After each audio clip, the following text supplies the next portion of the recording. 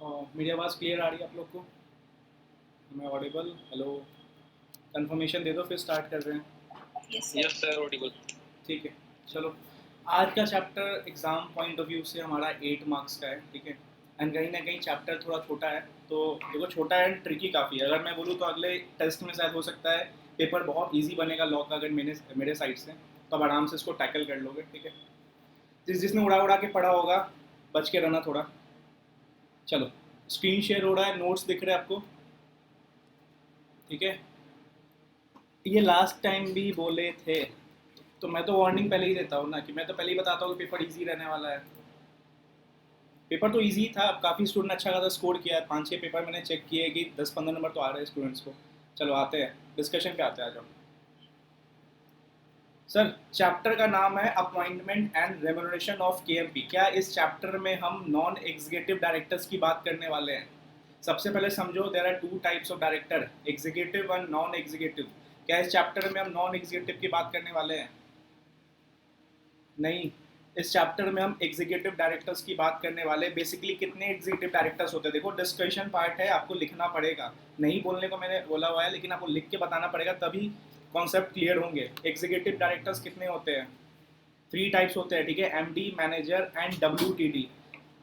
ठीक है, परफेक्ट। देखो चैट्स में आपके देख रहा हूँ, एमडी, मैनेजर, डब्ल्यूटी। सर सबसे पहले स्टार्ट करते हैं। सर टेन्योर, टेन्योर बताओ कितने साल, मैक्सिमम कितने साल के लिए आता है? ये 5 साल, मैक्सिमम 5 साल। बहुत सही, बहुत सही, ठीक है। तो छोटे छोटे क्वेश्चन है, आराम से आते हैं। Sir M D, W T D, manager 5 साल के लिए मैक्सिमम उसको लेके आ सकते हो। मेरा पहला क्वेश्चन, क्या इसको हम ये बोल सकते हैं कि तू आज से जिंदगी भर के लिए हमारा एम डी मैनेजर रहेगा? लाइफ टाइम नहीं, लाइफ टाइम का नहीं बोल सकते, हमेशा याद रखना वो 5 साल का है। क्या वापस से उसको रीअपॉइंट कर सकते हैं after the completion of 5 years? Reappoint कर सकते हैं, यस सर, रीअपॉइंट कर सकते हैं। बट रीअपॉइंट करने के पीछे एक अच्छा एमसीक्यू एंड एक बार डिस्क्रिप्टिव भी आया था कि जब उसका टेन्योर एंड हो रहा है, ठीक है। सर जब उसका टेन्योर एंड हो रहा है वहां से 1 साल पहले, क्या बोला मैंने? जब उसका सर मैक्सिमम 5 साल का टाइम है, रीअपॉइंट कर सकते हैं। बट एक्सपायरी, मतलब suppose expiry of the tenure, ठीक है, एक्सपायरी ऑफ द टर्म जहाँ पे खत्म हो रहा है, मान लो 5 साल यहाँ पे एंड हो रहा है, तो इस साल मतलब मान लो 31 दिसंबर 2027 को 5वां साल एंड हो रहा था, 1 साल पहले, उसके बाद आप खुशखबरी दे सकते हो कि हम आपको वापस से रीअपॉइंटमेंट कर सकते हैं। मतलब आप 1.5 साल पहले उसके कंप्लीशन ऑफ पीरियड से उसको खुशखबरी नहीं दे सकते कि भाई आपको वापस से रीअपॉइंट करेंगे, इतना भी उसके साथ लेने नहीं रहना है, ठीक है। चलो, appointment as W T D, M D, manager for life time is prohibited, यहाँ तक डन, ठीक है। नॉट बिफोर 1 ईयर, हाँ 1 साल पहले हम नहीं, ज़्यादा 1 साल से पहले नहीं बता सकते, 1 साल के अंदर उसको हम ये खुशखबरी दे सकते हैं। Sir eligibility criteria for MD, WTD, manager, यहाँ से क्वेश्चंस बनेंगे आपके एग्जाम में। इन एलिजिबिलिटी पे क्वेश्चन बहुत कम बन रहा है, तो यहाँ से क्वेश्चन बनेगा। कुछ मुझे बता सकता है कि क्या क्या केस है यहाँ पे? अगर एलिजिबल हो गए तो आपको सीजी का अप्रूवल लेके भी कुछ नहीं बच सकते हो आप। बिलो 21 साल होगा तो, सर 21 साल होगा तो, 21 साल होगा तो क्या वो बन सकता है? 21 ईयर होगा तो, 21 ईयर होगा तो, हाँ 21 ईयर होगा तो बन सकता है। Not below the age of 21। सबसे पहले क्या है? Suspended payment to his creditor और has made composition settlement at any time. मतलब आपने, मतलब एज अ एमडी के बारे में बात कर रहे हैं हम कि एमडी बनने जाने वाला है, उससे पहले अगर आपने किसी भी क्रेडिटर का पेमेंट रोका होगा, पेमेंट नहीं दिया होगा, उसके साथ कॉम्प्रोमाइज सेटलमेंट किया होगा कि 2 लाख का पेमेंट है उसको 20,000 में सेटल कर दिया, या किसी क्रेडिटर का 2 लाख का पेमेंट आपने उसको नहीं दिया, तो कहीं ना कहीं आप इनएलिजिबल हो भाई साहब। आप उसके पेमेंट नहीं संभाल सकते तो हमारे कंपनी के काम कहाँ से संभालोगे, ठीक है। Execute installment at any time, हाँ ठीक है। इंस्टॉलमेंट हो गया, दिवालिया निकल गया, तो पहले आप खुद का दिवालिया ठीक करो, फिर हमारे कंपनी के आके आप एग्जीक्यूटिव पोस्ट पे आप स्टैंड करोगे, ठीक है। सर एक क्वेश्चन मेरा आता है, एक क्वेश्चन मेरा आता है, मैं कंपनी का एमडी हूँ, मेरे को जेल हुआ है 4 साल, या चलो मुझे जेल हुआ है 6 साल का, क्या कूलिंग पीरियड कितने का आएगा? सर मैं कंपनी का ये एमडी बनना चाहता हूँ, मुझे जेल हुआ है 6 साल का, मैं कंपनी का एमडी बनने जाता हूँ, मुझे जेल हुआ है 6 साल का, इम्प्रिजमेंट 6 ईयर्स का, क्या बन सकता है? बन सकता है, 6 साल की जेल हुई है मुझे। किसी स्टूडेंट ने बोला बन सकता है, नहीं बन सकता है। याद रखना वो डायरेक्टर्स की बात कर रहा है, डायरेक्टर्स में जो नॉन एग्जीक्यूटिव डायरेक्टर्स है उनकी बात करता है कि 6 महीने से लेकर 7 साल की कम की सजा है, तो वो जो सजा प्लस कूलिंग पीरियड, यहाँ पे एमडी जो एग्जीक्यूटिव पर्सन है उनकी बात कर रहा है। अगर उनको 6 महीने से ज्यादा का इम्प्रिजमेंट हो गया तो भाई साहब आप भूल जाओ, कभी भी किसी कंपनी में आप डायरेक्टर, एमडी या मैनेजर जो भी है वो बन नहीं सकते हो। गॉट इट, ठीक है। आगे बढ़ते हैं। एज बिलो 21 और अटेंडेड 70 ईयर्स एज। सर 21 साल से कम है, नहीं बन सकते हैं। 70 साल से ज़्यादा हो गया तो बन सकते हैं, 70 साल से ज़्यादा हो गया तो बन सकते हैं। हाँ हाँ, मतलब कंडीशंस आगे है, मतलब अभी बोलेंगे होल्ड करो, अभी हम आगे पढ़ने वाले हैं, उसको हम देख के फिर बताएंगे, अभी हम आपको क्लियर नहीं बताएंगे, ठीक है। हाँ सबको पता है, सबको पता है, ठीक है, सही है, रिवीजन सही चल रहा है, ठीक है। सर एक्सेप्शन मतलब 70 साल की बात करता है। अनिल कपूर 71 ईयर्स का हो गया था, उसको बोल सकते हो आप तो बूढ़े हो गए हो भाई, तुम पे कोई डिसीजन नहीं ले सकते, हम आपको यहाँ से हटा रहे हैं, लॉ बोलता है 70 साल से ऊपर हो गया, आप कैपेबल नहीं हो। तो क्या उसको हम बोल सकते हैं कि आप छोड़ दो यहाँ से? क्या वो ये बोल सकता है कि नहीं मैं अभी भी कैपेबल हूँ, मैं अभी भी आपकी कंपनी को संभाल सकता हूँ? तो वो यस, वो संभाल सकता है। इवन कोई 70 ईयर का एज भी अटेंड कर लिया, वो भी कंपनी को संभाल सकता है, कि just age is a factor यहाँ पे। अगर हाँ sir, age is a factor, सबसे पहले क्या है ऑप्शन, दो ऑप्शन है, सबसे पहला ऑप्शन क्या है मुझे बताओ, सबसे पहला ऑप्शन क्या है? एसआर, स्पेशल रेजोल्यूशन पास कर सकता है, ठीक है। क्या बोला मैंने? स्पेशल रेजोल्यूशन पास कर सकता है। सर स्पेशल रेजोल्यूशन नहीं हो रहा है, 75% लोग नहीं मान रहे हैं। दूसरा ऑप्शन, दूसरा ऑप्शन स्पेशल रेजोल्यूशन पास,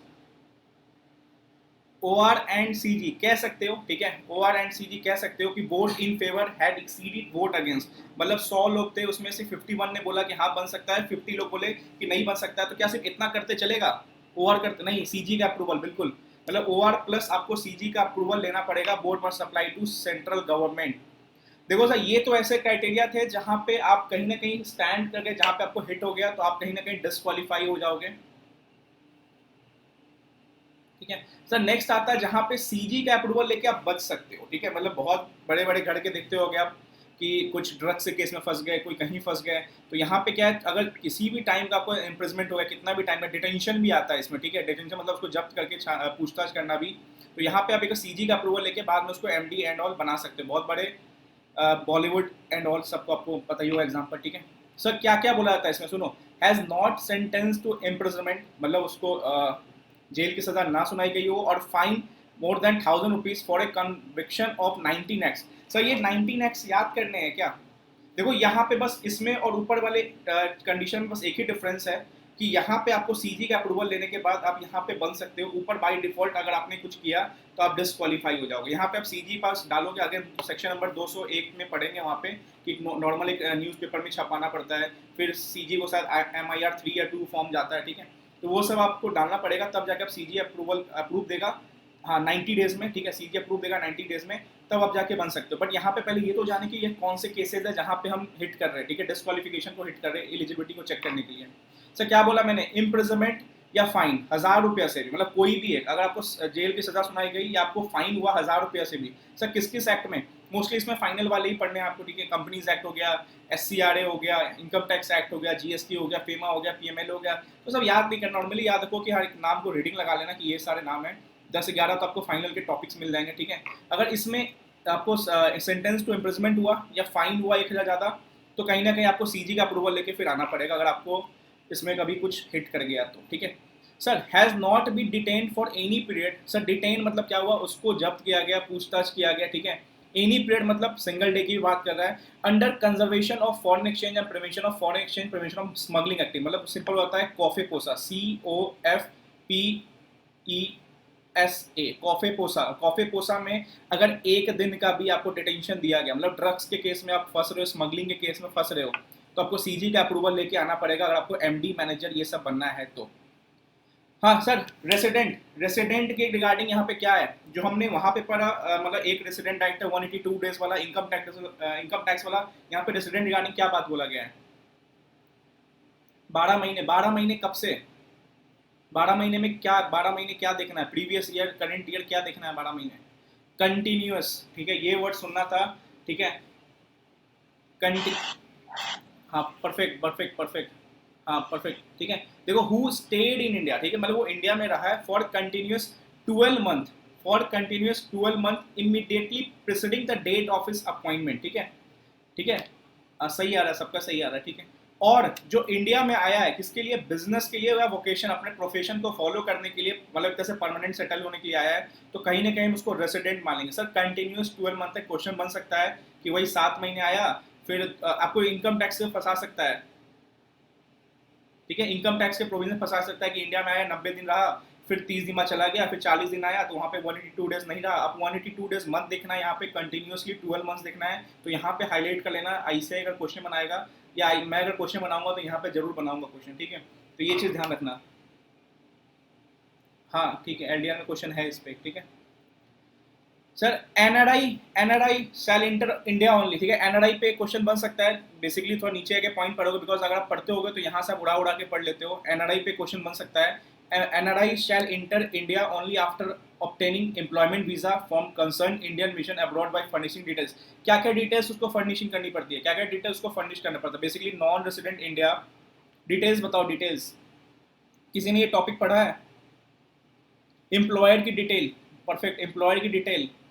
और ये देखो एनआरआई का पॉइंट है आपके स्टडी मैट में, ध्यान से देखोगे जाके कि अगर एनआरआई, हाँ हाँ ठीक है, कंपनी डिटेल्स, ठीक है परफेक्ट। देखो प्रोफाइल ऑफ कंपनी, ठीक है, प्रिंसिपल एम्प्लॉयर, उसका एम्प्लॉयर कौन है उसका बात बताना आपको, and terms and condition appointment. भाई ऐसा तो नहीं है टर्म्स कंडीशन में आप आओगे कॉन्ट्रैक्ट पीरियड के लिए 6 महीने के लिए आया, आप 6 महीना बाहर रहने वाले हो, तो ये तीनों डिटेल्स आपको फर्निश करना पड़ेगा इफ एनआरआई इंडिया में आ रहा है तो, ठीक है। बट सबसे पहले आपको एम्प्लॉयमेंट वीजा लेना पड़ेगा, प्लस 3 डिटेल्स फर्निश करने पड़ेंगे। Profile of the company, company का क्या प्रोफाइल है, कंपनी किस चीज़ में डील करती है, ठीक है, फर्नीचर बिजनेस एंड ऑल जो भी है, कंपनी का क्या लास्टली टर्नओवर एंड ऑल जो भी प्रोफाइल बन सकता है वो बनाना है, ठीक है। Principal employer and terms condition of the appointment, ये इंपॉर्टेंट है, ये बहुत सारे स्टूडेंट से मिस हो जाता है, ये चीज़ याद रखना सर। और सुनो, ये जो थर्ड पॉइंट है, ये जो ये एनआरआई वाला, वो not applicable to companies at special economic zone. बहुत अंदर से क्वेश्चन है, ठीक है, अगर क्वेश्चन में स्टार्टिंग दे दिया कि स्पेशल इकोनॉमिक जोन है, एनआरआई इंडिया में आने वाला है, उसने एम्प्लॉयमेंट वीजा भी ले लिया, उसने प्रोफाइल ऑफ कंपनी बता दिया, प्रिंसिपल एम्प्लॉयर बता दिया, टर्म्स कंडीशन बता दिया, तो क्या वो चलेगा? भाई वो सेक्शन लगता ही नहीं है। एसईजेड के रिगार्डिंग उतना इसको डिटेल कुछ देना ही नहीं है, मतलब एनआरआई नहीं पा सकता वहाँ पे, सिंपल सी बात है। तो ये पॉइंट थोड़ा सा स्टडी मैट में हाईलाइट करना, इसी टॉपिक के पास है, थोड़ा अच्छे से पढ़ना है यहाँ पे, अगर किसी ने उड़ा उड़ा के पढ़ा है तो। सर अपॉइंटमेंट का प्रोसीजर क्या होता है? क्या यहाँ पे एमडी मैनेजर ओआर पास करके अपॉइंट होते हैं? क्या यहाँ पे एमडी मैनेजर ओआर पास करके अपॉइंट होते हैं?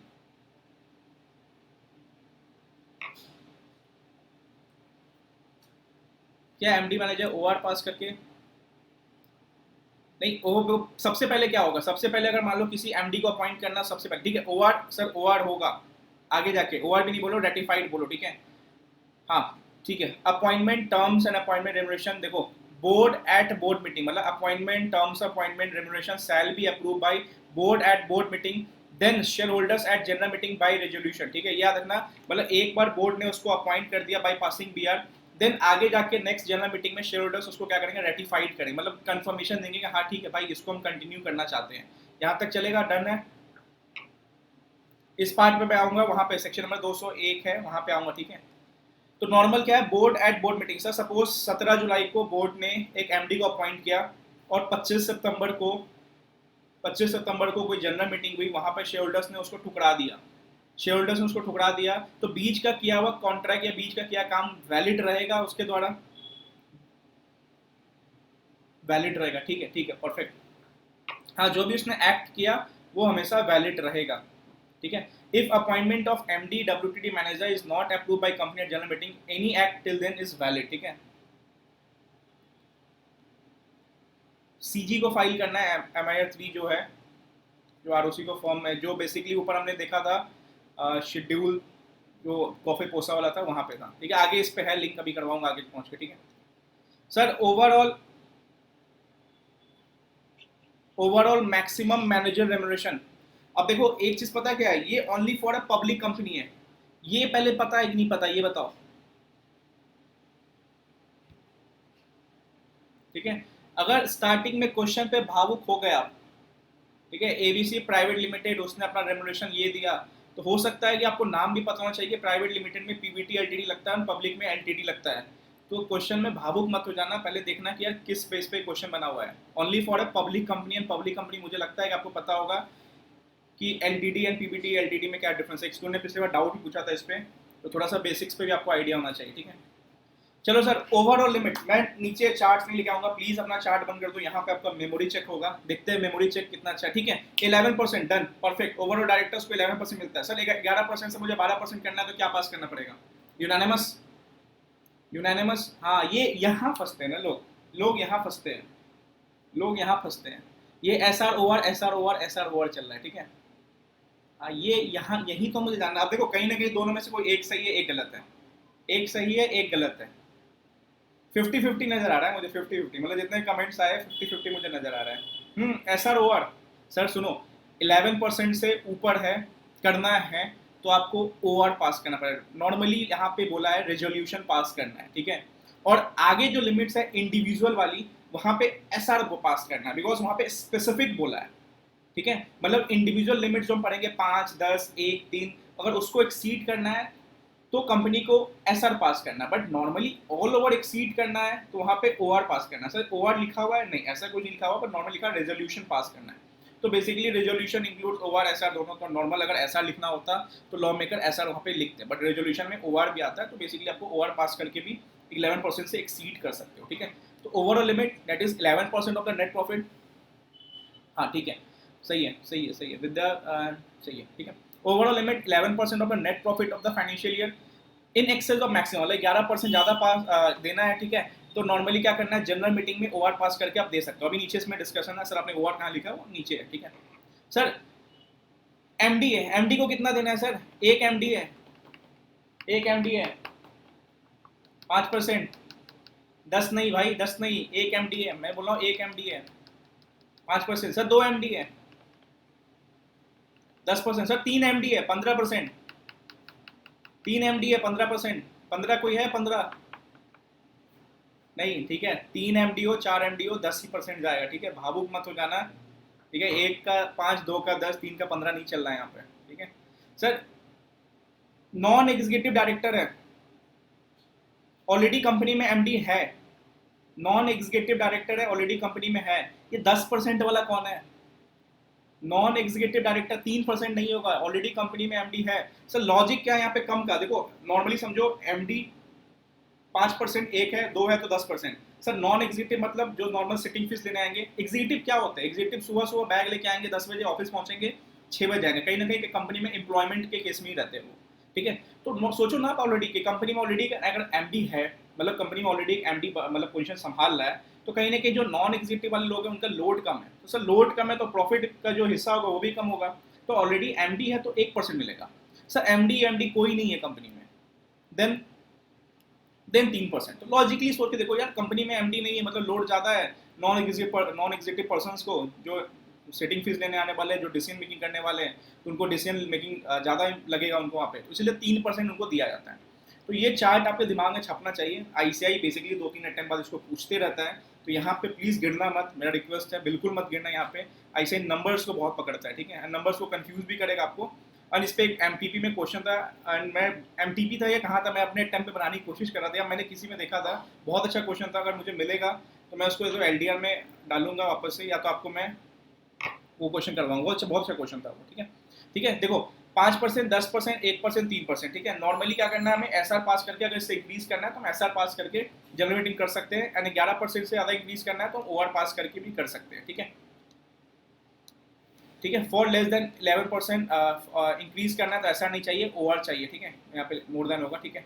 इफ कंपनी, हाँ सर कंपनी अगर डिफॉल्ट कर रही है, मतलब बैंकिंग, पीएफआई, एनसीडी होल्डर्स ये सब में डिफॉल्ट कर रही है, तो क्या इंक्रीज करने से पहले या उनको किसी को ये प्रोविजन पढ़ा है पहले ये बताओ? हाँ ठीक है, एक का आया, लगता है आप लोग को अंदर नहीं है कि नहीं पढ़ रहे हो, ठीक है। ये क्वेश्चन है, देखो मैं अगेन बोल रहा हूँ, ऊपर ऊपर से मत पढ़ो, थोड़ा सा अंदर जाओ लॉ पे, ठीक है। आखिरी अटेम्प्ट है लॉ का, आईसीआई को कुछ भी मौका मत दो और अपने साइड से भी कुछ भी मौका मत छोड़ो, टाइम है आपके पास, आराम से पढ़ सकते हो नोट्स, जो भी नोट्स है, ठीक है। If company has defaulted in payment dues, मतलब जो भी पेमेंट का ड्यूज था उस पर बैंकिंग हो गया, पब्लिक फाइनेंशियल इंस्टीट्यूशन हो गया, एनसीडी होल्डर्स हो गए या अदर सिक्योर क्रेडिटर्स हो गए, then their approval shall be approve before obtaining approval by company at general meeting. मतलब सिंपल सी बात है, अरे आप 10% से उसको बढ़ाना चाह रहे हो, कोई बात नहीं बढ़ाओ, बट ये तो देखो यार, कंपनी ऑलरेडी बैंक जो पैसा ली हुई थी जहाँ से उस पर डिफॉल्ट कर रही है, तो मतलब आप उसको देने से, रीपेमेंट करने से ज़्यादा आप जरूरी समझते हो कि हम एमडी इनको जाके नेट प्रॉफिट में हिस्सा ज़्यादा बढ़ा दें? नहीं, एटलीस्ट उसे परमिशन लो, फिर जाके हम आगे उसको इंक्रीज करने के लिए आपको बताएंगे, ठीक है। सर जितने भी परसेंटेज है और एक्सक्लूसिव ऑफ सिटिंग फीस, मतलब ऐसा नहीं हो सकता कि आप मान लो उसको 40 लाख रुपए रेमुनेशन मिला और वो 10 बार डायरेक्टर ने बोर्ड मीटिंग अटेंड किया होगा, तो मान लो 1-1 लाख रुपए पर बोर्ड मीटिंग है तो वो 50 लाख, तो क्या इंडिपेंडेंट डायरेक्टर जो भी डायरेक्टर उसकी सिटिंग फीस इंक्लूड होती है रेमुनेशन में? अच्छा अगर न्यूमेरिकल बन सकता है यहाँ से? नहीं, नहीं इंक्लूड होती है। अगर लिख लो, मेरे पे इस पर क्वेश्चन आने वाला है, ठीक है। और मैं ऐसा घुमाऊंगा, शायद आप घूमोगे भी, नोट कर लेना यहाँ पे। ठीक है। चलो यहाँ पे क्वेश्चन बनने वाला है अच्छा सा, और आईसीए ने एक एमटीपी में इंडिपेंडेंट डायरेक्टर के सिटिंग फीस पे लेके क्वेश्चन बनाया था, बहुत अच्छा क्वेश्चन था। जिसको इंटरप्रिटेशन नहीं करने आता है वो वहाँ फंस जाएगा, तो बहुत हल्के आराम से लॉ पढ़ना, ठीक है। लेटेस्ट एमटीपी क्वेश्चन था, मैं मेरे एलडीआर में होगा, अभी मैं डिस्कस करूंगा, ठीक है। सर नो प्रॉफिट है, इनएडुकेट प्रॉफिट है, बेसिकली लॉस चल रहा है, तो क्या रेमुनरेशन मिल सकता है? डिस्कस करने से पहले बताओ मुझे, रेमुनरेशन मिल सकता है? म्यूट कर लो जिनका भी।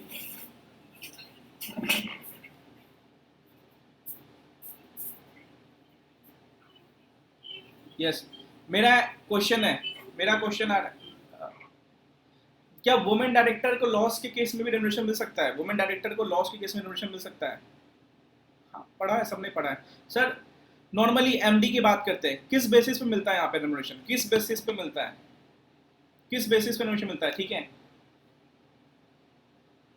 Effective capital, effective capital. अब मैं जो जो बोलूंगा आप बताना वो काउंट होगा कि नहीं होगा, नीचे नहीं देखेंगे हम, ठीक है, नीचे नहीं देखेंगे, मैं जो बताऊंगा आप बताना काउंट यस या नो, काउंट होगा कि नहीं होगा, ठीक है। Share application money, effective capital में शेयर एप्लीकेशन मनी काउंट नहीं होगा, ठीक है। Short terms loan, short term loan मतलब एडिशन की बात कर रहा हूँ, basically paid up share capital में शेयर एप्लीकेशन मनी होगा, उसको काउंट नहीं करना है, ठीक है। शॉर्ट टर्म लोन को काउंट नहीं करना, long term loans, long term loans, yes, ठीक है। सर बताना लेस या ऐड, ठीक है। प्रीलिमिनरी एक्सपेंसेस जो राइट ऑफ हो चुके हैं, हाँ देखो, जो राइट ऑफ हो चुके हैं, ठीक है, ऑलरेडी राइट ऑफ, ठीक है। मैं इन्वेस्टमेंट कंपनी हूँ, क्या मैं अपने इन्वेस्टमेंट को माइनस करूंगा पेड अप शेयर कैपिटल में? मैं इन्वेस्टमेंट कंपनी हूँ, ये यस वाले फंस गए यहाँ पे, ये यस वाले फंस गए। देखो मैं इन्वेस्टमेंट कंपनी हूँ, अगर मैं इफेक्टिव कैपिटल निकाल रहा हूँ तो क्या मैं इन्वेस्टमेंट को माइनस करूंगा? नहीं करूंगा, ये यस वाले फंस गया, ठीक है। अभी मैं इस लिमिट में आने से पहले यहाँ पे पहले को दिखाता हूँ। Effective share capital basically means paid up share capital, ये एक्सक्लूड वाला पार्ट है, तो शेयर एप्लीकेशन मनी एंड, हाँ नॉट राइट ऑफ लेस होगा, हाँ हाँ, ठीक है, ठीक है। देखो ये एक्सक्लूड पार्ट है, शेयर एप्लीकेशन मनी एक्सक्लूड होता है, and advance against shares not allowed, यहाँ पे इसको ऐड नहीं करेंगे। Reserve surplus, sir revaluation reserve मैंने यहाँ पे ब्लैंक किया हुआ है, रिवॉल्यूशन रिजर्व क्या ऐड करेंगे? अगर देखो लेस अगर एडजस्टमेंट होगा तो, अगर नहीं कुछ दिया तो उसको कुछ एडजस्टमेंट मत करना, ठीक है। आराम से इस क्वेश्चन इफेक्टिव कैपिटल देखो, ये कैलकुलेशन पार्ट है, बहुत इजीली मैं बता रहा हूँ, थोड़ा ध्यान से सुनते जाना। सिक्योरिटीज प्रीमियम ऐड होगा, ठीक है। Loans and deposit less than 1 year, sir loan and deposit less than 1 year बताओ, नहीं होगा। Sir more than 1 year, yes, ठीक है। Accumulated losses and primary expenses not right of, जो अभी राइट ऑफ नहीं हुए हैं वो लेस होगा, ठीक है। इन्वेस्टमेंट लेस होता है but except if it is an investment company which has principal base of acquiring shares and debenture, वो लेस नहीं होगा, ठीक है। तो यहाँ पे ध्यान रखना, हाईलाइट कर लो, अगेन बोल रहा हूँ, यहाँ पे ध्यान रखना, हाईलाइट कर लो, अगर वो इन्वेस्टमेंट कंपनी है तो वो लेस नहीं होगा, ठीक है। आ जाओ सर इस पे लिमिट में आते हैं, सर लिमिट पे आते हैं, चलो मैं मेरे से मुझे बताओ, ठीक है, देखता हूँ कितना अच्छा है, मेरे से बताओ, देखता हूँ आप कैलकुलेशन करके बताओ। सर इफेक्टिव कैपिटल मेरी 90 करोड़ है, ठीक है, इफेक्टिव कैपिटल 90 करोड़ है, एंड मैं इंडिपेंडेंट डायरेक्टर हूँ, कितना मिलेगा मुझे? इफेक्टिव कैपिटल मेरा 90 करोड़ है, ये इंडिपेंडेंट डायरेक्टर कितना, मतलब ये एमसीक्यू बना दिया, 17, 24, 84 सब आ गया इसमें। मैं इंडिपेंडेंट डायरेक्टर हूँ, अमेंडमेंट जिसने नहीं पढ़ा है ना वो फंसेगा यहाँ पे। ये मुझे समझ आ रहा है कि आप लोग को अमेंडमेंट्स पढ़ना चाहिए यार, अमेंडमेंट से क्वेश्चन आते हैं, ये अमेंडमेंट से क्वेश्चन भर भर के आते हैं, आप लोग अमेंडमेंट्स नहीं पढ़ रहे हो, मतलब गलत हो, 84 वाले गलत हो। सुनो, ये मैं पढ़ाना पड़ेगा मुझे लगता है, ये डिस्कशन नहीं है, ये छोड़ो।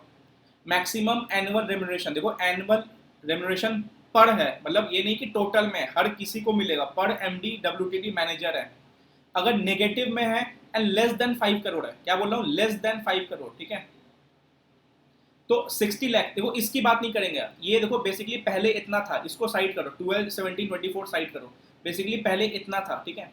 सर 60 लाख रुपया मिलता था, अगर effective capital 5 crore and less than 100 crore है तो 84 लाख रुपीज मिलता था, and effective capital 100 crore less than 250 crore है तो 120 लाख रुपए मिलता था पर MD, and effective capital more than 250 crore है तो 120 तो मिलेगा ही मिलेगा, प्लस 0.01, यहाँ पे स्टूडेंट क्या मिस्टेक करते हैं 0.1 लिख देते हैं, नहीं 0.01 करना है, ठीक है, of effective capital exceeding 250 crore, मतलब सर 260 करोड़ है तो 10 करोड़ का 0.01 देन 120 लाख। सर देखो ये जो लिमिट था ना ये आपके बुक में ऑलरेडी था, ये पहले से चलते आ रहा है, एमडी डब्ल्यूटीडी मैनेजर, मतलब आपको ये इफेक्टिव कैपिटल नीचे काउंट करना है एंड देखो किसमें वो फिट हो रहा है। अगर मान लो 80 करोड़ की बात की मैं एंड एमडी डब्ल्यूटीडी मैनेजर है तो 80 करोड़ हमारा इसमें फिट हो रहा है एंड वो 84 लाख रुपीस मिलेगा। बट इंडिपेंडेंट डायरेक्टर है एंड वुमेन डायरेक्टर है या नॉन एग्जीक्यूटिव डायरेक्टर है, ये कोरोना के केस में आया था जब बहुत सारे लोग बोल रहे थे सर कंपनी में प्रॉफिट हो नहीं रहा है सही से, कंपनी में लॉसेस चल रहा है, आप तो इफेक्टिव कैपिटल के बेस पे एमडी डब्ल्यूटीडी को तो दे रहे हो, हमारे नॉन एग्जीक्यूटिव डायरेक्टर का क्या, इंडिपेंडेंट डायरेक्टर भी तो नॉन एग्जीक्यूटिव टाइप का होता है, तो उनका क्या होगा, वुमेन डायरेक्टर का क्या होगा। तो उनको बोला गया कि आप शांत रहिए, आपके लिए अमेंडमेंट आ गया है, अगर इसमें आप फॉल हो रहे हैं, मतलब लिमिट्स यहाँ पे सेम है, बस डिवाइड बाई 5 करना है आपको। सर मतलब 60 lakh divide by 5 that is 12 lakh, 84 divide by 5 तो समथिंग इतना आ जाएगा, 17 याद कर लेना, 120 divide by 5 that is 24 lakh, तो ये मिलेगा पर नॉन एग्जीक्यूटिव डायरेक्टर्स, क्या बोल रहा हूँ, पर नॉन एग्जीक्यूटिव डायरेक्टर्स, ये डन है यहाँ पे। और सेम यहाँ पे 24 लाख ये आ गया, 0.01 ऑफ एक्सीडिंग 250 करोड़, ये डन हुआ।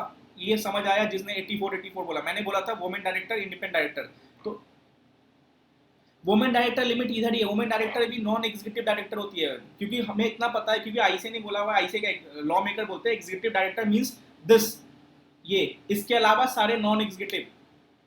तो वुमेन इस पे दिसंबर 21 के पेपर में क्वेश्चन भी था, वुमेन डायरेक्टर को इस लिमिट में रखना है और नॉन एग्जीक्यूटिव को इस लिमिट में रखना है एंड इंडिपेंडेंट डायरेक्टर को इस लिमिट में रखना है, बिकॉज बेसिकली इनके अलावा सारे non executive, non women in executive. हाँ देखो एग्जीक्यूटिव डायरेक्टर को अगर वो मैं बोलूँ कि कोई वुमेन है वो एमडी है कंपनी की, तो बेसिकली वो एमडी हुई, अगर एमडी वाला डायरेक्टर बन रही है तो ठीक है। नॉर्मल अगर वुमेन डायरेक्टर बोला गया क्वेश्चन में क्लियर बोलेगा, ठीक है, कि एमडी कम वुमेन डायरेक्टर, वुमेन कम एमडी डायरेक्टर, ऐसे करके, तो क्वेश्चन में अगर एमडी वर्ड बोल दिया कि ऐसा थोड़ी होता है वुमेन डायरेक्टर एमडी नहीं बन सकती, ठीक है, एमडी एमडी जस्ट लाइक अलग पोस्ट, ठीक है, यहाँ तक क्लियर है। ये पढ़ा किसी ने पहले अमेंडमेंट के बाद, ये दिसंबर 21 का पेपर में क्वेश्चन आया था, आपके बुक एलडीआर में भी है, प्लीज सॉल्व करो, ठीक है। यहाँ पे मैं देखता हूँ टेस्ट में बहुत सारे स्टूडेंट सॉल्व नहीं कर पाते हैं बिकॉज उन्होंने शायद ये अमेंडमेंट्स पढ़ा नहीं है, पुराना बुकलेट कुछ फॉलो कर रहे हैं, ठीक है। तो बस इतना याद रखना, डब्ल्यूटीडी एमडी मैनेजर इन तीनों को छोड़ के जितने भी लोग हैं नॉन एग्जीक्यूटिव बंदे जितने भी हैं सब इसके अंदर फॉल करेंगे। अगर मैं चलो मैं क्वेश्चन एग्जांपल, चलो बताओ सर, सर अगर मेरा इफेक्टिव कैपिटल 130 करोड़ है, मैं वुमेन डायरेक्टर हूँ, कितना रेमुनरेशन 130 करोड़ इफेक्टिव कैपिटल, मैं वुमेन डायरेक्टर, अब सही आया ना, अब सही आया ना। सर इफेक्टिव कैपिटल 240 करोड़ में डब्ल्यूटीडी, इफेक्टिव कैपिटल 240 करोड़ में डब्ल्यूटीडी, हो गया, डन है, चलो परफेक्ट। अब ये लग रहा है कि सबका एक ही जगह आंसर है, मतलब पहले तो 84 20 17 सब डाल दिया था आपने, ठीक है। चलो इफेक्टिव कैपिटल हमने देख लिया, कैलकुलेशन देख ली, क्वेश्चन करना यहाँ पे प्लीज, एलडीआर में क्वेश्चन है, क्वेश्चन करना यहाँ पे। एक तो बहुत अच्छा क्वेश्चन है, मुझे पर्सनली अच्छा लगता है, 60 लाख का कुछ अमाउंट आता है, 60 लाख का अमाउंट, एक्सेस एक्सेस किसको,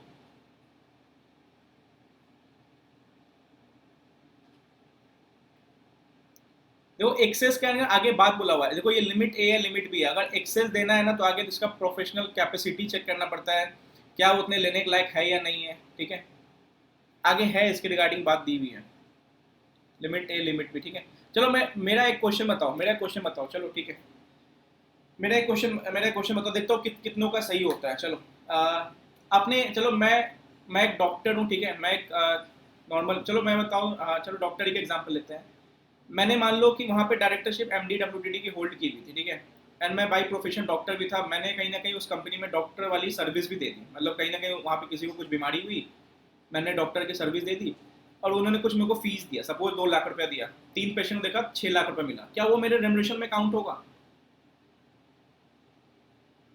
बट इसके अंदर कंडीशन है सर, कंडीशन क्या है, 2 एंड है यहाँ पे, एंड बोला हुआ है, बताओ क्या है। मैंने ये बोला मैंने अपना प्रोफेशनल कैपेसिटी में सर्विस दिया, हाँ नॉट इंक्लूडेड, ठीक है, हाँ एनआरसी प्रोफेशनल कैपेसिटी में प्लस नॉमिनेशन रेमुनरेशन कमेटी अगर है तो उसका भी अप्रूवल लगेगा, ठीक है। उसका भी अप्रूवल लगेगा। एक second sir, the remuneration shall include any remuneration payable to director for service in any exclude, हाँ देखो, in any other capacity any remuneration payable to director for professional service provided by him, ठीक है। कोई भी उसने professional service दिया होगा, अगर मैं चार्टर्ड अकाउंटेंट हूँ, मैंने वहाँ पे जाके ITR फाइल कर दिया किसी जितने भी एम्प्लॉई है, एंड कैन कंपनी ने बोला ठीक है मैं अब इसके बदले आपको 2 लाख रुपए दे रहा हूँ, तो वो यहाँ पे काउंट नहीं होगा, ठीक है। सर नेक्स्ट आते हैं सिटिंग फीस पे, हाँ NRC का भी आप पे अप्रूवल है, ठीक है। सर नेक्स्ट आते हैं 197.5 sitting fees maximum. Maximum setting fees देखो, डिस्कशन है स्पीड है वो थोड़ा सा, मैक्सिमम सेटिंग फीस जितना पूछा उतना बताओ, जहाँ से क्वेश्चन बनते हैं, जहाँ से क्वेश्चन बनते आए हैं 1 लाख रुपया। चलो मैं एक क्वेश्चन पूछता हूँ, अभी ICAI ने लेटेस्ट कहीं ना कहीं पूछा था, देखता हूँ आप लोग कितना सही कर पाते हो, ठीक है। मैं कंपनी का इंडिपेंडेंट डायरेक्टर, सुनना आराम से, क्लियर आवाज जा रही है, मैं कंपनी का इंडिपेंडेंट डायरेक्टर, ठीक है। मैं नाराज हो गया, मैं बोला कि यार आप जो नॉन एग्जीक्यूटिव लेवल वाले डायरेक्टर्स हो उनसे कम दे रहे हो, तो क्या मैंने सही बोला? क्या मैंने सही बोला? हाँ, मतलब कहीं ना कहीं कम तो नहीं मिलना चाहिए, ठीक है। हाँ 1 लाख ठीक है, सुन तो लो पहले क्वेश्चन, ठीक है। हाँ 1 लाख सही है, कम नहीं मिलना चाहिए। मैंने बोला कि यार मुझे ना कम दे रहे हो तो सही नहीं है, ठीक है। क्या मुझे इक्वल दे सकते हो? क्या मुझे इक्वल दे सकते हो? सही, देखो ICAI ने कैसे फंसाया, सुनो, क्या इक्वल दे सकते हो? हाँ सर जी, क्या आप मुझे उससे ज्यादा दे सकते हो? नो किसने बोला? सर आप में क्या उससे ज्यादा दे सकते हो? मतलब मैं नॉन एग्जीक्यूटिव डायरेक्टर, अभी नॉट मोटो ठीक है, नॉन एग्जीक्यूटिव डायरेक्टर्स है 80,000 मिल रहा है, क्या मुझसे ज्यादा दे सकते हो 90,000 रुपया? दे सकते हो, ऑब्वियस बात है दे सकते हो, ठीक है। सर जितना उनको मिल रहा है ना उससे 10,000 ज्यादा दे सकते हो, उनको 1 लाख मिल रहा है। सर उससे ज्यादा दे सकते हो, उनको 1 लाख मिल रहा है। हाँ ठीक है, मतलब देखो ऐसे ICAI ने MTP घुमाया, उनको लगता है हम तो बेवकूफ बैठे हैं यहाँ पे, ठीक है। नहीं 1 लाख ऐसे लोग डायरेक्ट नहीं पूछेगा, आप फाइनल में एक्सपेक्ट करोगे डायरेक्ट आएगा 1 लाख रुपए, ऐसे नहीं आएगा। वो बोलेगा कि जितना नॉन एग्जीक्यूटिव मिल रहा है उससे ज्यादा, तो यस आप इतना लिखोगे, बट नॉन एग्जीक्यूटिव को 1 लाख मिल रहा है तो भाई उससे ज्यादा क्या लेगा, 1 रुपया भी जा रहा है उससे ज्यादा, कहीं ना कहीं इसमें डिसअलाउ हो रहा है, ठीक है। तो ये चीज याद रखना, भावुक मत हो जाना, ठीक है। वही चीज है, maximum 1 lakh permitting fees to independent director women director is not less than fees to other director, sitting fees is not included in limits 11% 1% जो भी होता है। सब मोड्स ऑफ पेमेंट, दिसंबर 21 का क्वेश्चन फर्स्ट का ये। Sir modes of payment monthly दे सकते हैं, देखो ये सब क्वेश्चन हम रटने पड़ेंगे, ठीक है। मंथली कर लो, परसेंटेज कर लो, आप दोनों कॉम्बिनेशन मिला लो। दिसंबर 21 क्वेश्चन आया था 3 पार्ट्स में, पहला पार्ट में निकाला था आपको कैलकुलेशन करने के लिए, देन दूसरा पार्ट बोला था मोड्स ऑफ पेमेंट क्या होगा, हाँ मंथली प्लस कॉम्बिनेशन, ठीक है, या मंथली या प्लस परसेंटेज या उसके कॉम्बिनेशन में, ठीक है। सर अब बताओ, चलो यहाँ पे अब मुझे लगता है विकेट गिरेगा, यहाँ पे विकेट गिरने वाला है, ठीक है। देखता हूँ कौन किसका विकेट नहीं गिरता है। सर मुझे ये बताओ, हाँ ठीक है सही बोला, मंथली परसेंटेज सही है, ठीक है। सर यहाँ विकेट गिरने वाला, जिसने हमें विकेट बचा लिया समझ लो आपकी तैयारी बहुत अच्छे से हो रही है, इसने चैप्टर को बहुत अच्छे से पढ़ा है। मेरा क्वेश्चन क्या है sir, refund of excess remuneration. Sir सुनो, मान लो कि 10% MD को मिलना था, 10% MD वाले को मिलना था, हमने क्या किया उसको 10.5% दे दिया, ठीक है, बट हमने SR पास नहीं किया, तो कहीं ना कहीं हमने ज़्यादा दे दिया। या मान लो 4% देना था, हमने कहीं ना कहीं 10% दे दिया, कहीं ना कहीं ज़्यादा की बात कर रहा हूँ मैं, बट लीगली तरीके से नहीं, हमने SR पास नहीं किया। तो क्या हम उस रेमुनरेशन को जो हमने एक्सेस दिया उसको हम रिफंड कर ले सकते हैं उनसे? हाँ बुक तो कोई मत देखना, देखो अगर डिस्कशन बैठे हो तो थोड़ा सा बुक साइड कर लो, फिर डिस्कशन करने के बाद उस पॉइंट को टिक करो, ठीक है। फिर मैं देखना चाहता हूँ कितना अच्छे से याद है। हाँ होल्ड इंटरेस्ट, ठीक है। तो ये चीज़ है कि हाँ सर कर सकते हैं। अब सुनो सर, कितने साल में, ठीक है, 2 ईयर में जब से वो रिफंड बना, मतलब जब से वो एक्सेस रेमुनरेशन गया, वहां से 2 साल में कर सकते हैं। सर क्या वो रिफंड को हम वेव ऑफ कर सकते हैं? हाँ ये चीज याद करना जरूरी है, क्योंकि MCQ में ICAI ने हमेशा यही पूछता है रिफंड को हम कर सकते हैं। आगे भी एक रिफंड वाला केस है जहाँ पे रीस्टेट करते हैं, ये तो नॉर्मली हो गया। देखो 2 रिफंड वाले केस आएंगे, याद रखना। ये वो वाला हो गया जहाँ पे अप्रूवल नहीं पास हुआ, तब आप गलत तरीके से ले रहे हो पैसा, उसका रिफंड आ रहा है। और एक होता है जो बैलेंस शीट फाइनेंशियल स्टेटमेंट ये स्टेट किया, वो रिफंड अलग होता है, ठीक है। तो ये चीज याद रखना। Sir yes he shall refund it to company within 2 years और lesser approval allowed by the company, ठीक है, या he shall in trust of the company when it is refunded, ठीक है। देखो अब ये यहाँ पे ये पॉइंट इंपॉर्टेंट है, refund can be waived off within 2 years from payment of excess remuneration by passing SR। पता है अभी एक क्वेश्चन मैंने पूछा था आपसे टेस्ट में, अभी अगर आपको याद होगा सेक्शन 165 का क्वेश्चन मैंने पूछा था, ठीक है, उसमें मैंने ये बोला था कि कंपनी किसी को है ना लिमिट और लिमिटेशन लगा सकती है, मतलब अगर बेसिकली अगर बोला जाए कि 8 कंपनी 10 कंपनी तो लिमिट लगा सकती है। वहां पे मैंने घुमाने के लिए डाला था ऑर्डिनरी रेजोल्यूशन, ठीक है, वहां पे मैंने डाला था ऑर्डिनरी रेजोल्यूशन, जबकि बेसिकली होता है एसआर पास करके। अभी देखो इसका मैं डिस्कशन बनाऊंगा, ठीक है, तो बहुत सारे बच्चे ना भावुक हो गए, हाँ कंपनी रोक सकती है, कंपनी एडिशनल लगा सकती है, कंपनी रिस्ट्रिक्ट कर सकती है, बट कभी इसने ये नहीं पढ़ने की कोशिश की कि हाँ कैसे कर सकती है, ओआर से कि एसआर से। तो थोड़ा सा, ठीक है, जब हाईलाइट पॉइंट है तो आई से खेल सकता है, एसआर ओआर में ही पूरा गेम है, बहुत बार इंडिपेंडेंट डायरेक्टर को लेकर ऐसा पूछता है तो कहीं से कुछ भी आ सकता है। हाँ वहीं पे कंफ्यूज हो गए आप, मुझे पता है ना कहाँ कंफ्यूज हो, मैं इस डिस्कशन के बाद भी आप कंफ्यूज हो गए टेस्ट में। ये मैं चैलेंज देके बोल सकता हूँ कि 80% इस लॉ के टेस्ट में कोई लेके आ गया, ठीक है, उसको मेरे तरफ से गिफ्ट रहेगा 80%। अब पेपर डिस्कशन मैं करूंगा, जिस दिन रिजल्ट डालूंगा उस दिन डिस्कस करूंगा, ठीक है।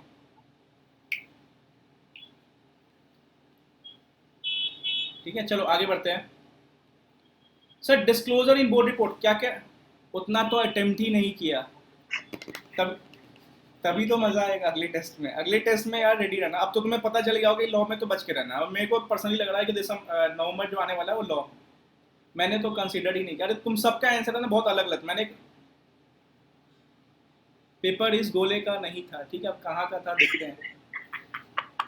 हाँ म्यूट कर लो भाई, किसका अनम्यूट हुआ है, इतना तेज नहीं हंसना था, ठीक है, मतलब पेपर में भी रोने वाली हालत आ जाएगी अगले test. PMLA plus manager remuneration plus 1 chapter और आ जाओ। सर क्या क्या डिस्क्लोजर देना पड़ता है, क्या क्या डिस्क्लोजर देना पड़ता है, कि उसकी वाइफ का नाम क्या है, उसकी गर्लफ्रेंड का नाम क्या है, डायरेक्टर की, यही सब देना पड़ता है।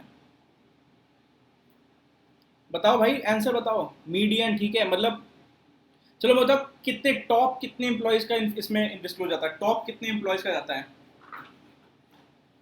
टॉप 10 एम्प्लॉयज का जाता है। सर किसकी सैलरी कितनी रहती है जो यहाँ पे हम डिस्क्लोजर डालते हैं, मैं इनडायरेक्टली पूछूंगा एमसीक्यू में, ये पॉइंटर सब रीड कर लोगे, कितनी सैलरी क्या रहती है जो डिस्क्लोज आएगा।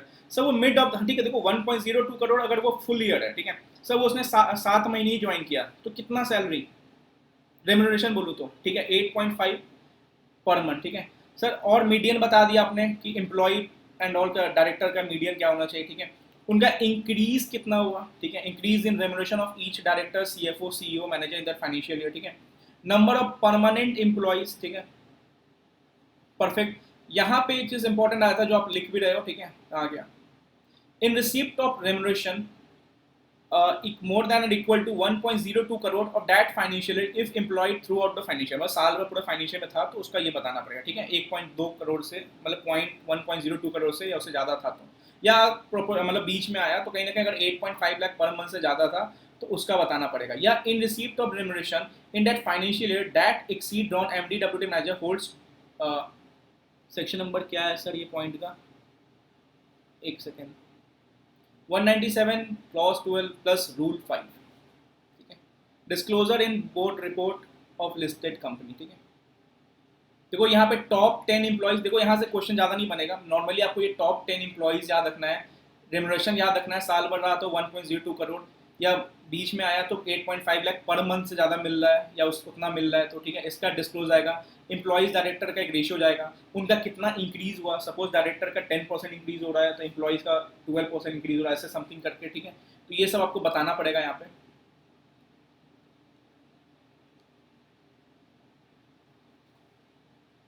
सर इंश्योरेंस मुझे बताओ, यहाँ पे विकेट गिरेगा, यहाँ पे विकेट गिरेगा मेरे हिसाब से। मैंने क्या किया, मैं कंपनी हूँ, मैंने क्या किया, मेरे एमडी मैनेजर ये सब क्या करे, एक कॉन्ट्रैक्ट में जाने वाले हैं एंड मैंने पहले से एक इंश्योरेंस ले लिया एंड उसका प्रीमियम भर रहा था कि कल होके कुछ भी गलती होगा तो ये मेरा इंश्योरेंस रहेगा, ये उसको रिकवर कर लेगा। तो जो इंश्योरेंस का प्रीमियम भर रहा हूँ मैं, मान लो कंपनी का एक एमडी है, वो क्या काउंट होगा इसमें? नहीं नहीं नहीं सर, बाद में ना वो डिफॉल्ट हो गया, वो मान लो ब्रिज का कॉन्ट्रैक्ट था, ब्रिज टूट गया, ब्रिज के रिगार्डिंग था, तो क्या वो अब काउंट होगा? मैं क्वेश्चन सुनना, ब्रिज टूट गया, मान लो ब्रिज के रिगार्डिंग था, एक एमडी डिसीजन में जाने वाला था, एमडी ने बोला कि ब्रिज बनाएंगे कि रोड बनाएंगे, एमडी बोला रोड ब्रिज बनाएंगे, कंपनी डरा हुआ था, कंपनी ने पहले से इंश्योरेंस पे कर दिया, बाद में क्या हुआ, ब्रिज टूट गया। मेरा क्वेश्चन था ना, ब्रिज टूट गया तो क्या वो इंश्योरेंस प्रीमियम काउंट होगा उसमें? देखो एक स्टूडेंट का बहुत सही आंसर आया बट सब गिरे यहाँ पे, ठीक है। देखो ब्रिज टूटने से या फेलियर होने से आप इंश्योरेंस वाले को काउंट नहीं कर सकते। जब पहले कंडीशन क्या बोलता है, प्रूव्ड गिल्टी। क्या बोल रहा हूं मैं, प्रूव्ड गिल्टी, मतलब वो भाई उसको, हाँ इफ ही इज गिल्टी, यहाँ पे ध्यान रखना है, गिरना मत एग्जाम में यार, ठीक है। ऐसे क्वेश्चन, हाँ यस, ऐसे क्वेश्चन मैं बनाऊंगा, ठीक है, रेडी रहना। एंड कहीं ना कहीं आई से ही बना सकता है, ठीक है। चलो, usually premium excluded from manager remuneration but if is proved guilty premium included in manager remuneration, ठीक है। और कुछ पेनल्टी है, पेनल्टी देखना 197/16 पे दिसंबर 21 में 3 पार्ट्स बने थे। पहला पार्ट था कैलकुलेशन का, दूसरा पार्ट था कि जो परसेंटेज में दे सकते हैं, मंथली दे सकते हैं, कॉम्बिनेशन दे सकते हैं, एंड तीसरा आया था क्या ऑडिटर को कुछ डिस्क्लोजर देना पड़ेगा या ऑडिटर कुछ डिस्क्लोजर देता है। अगर आपने पढ़ा होगा सेक्शन 143 तो वहाँ पे एक नया नया ऐड हुआ था। यस 143 में आई थिंक किसी ने अनम्यूट कर दिया है, एक सेकेंड।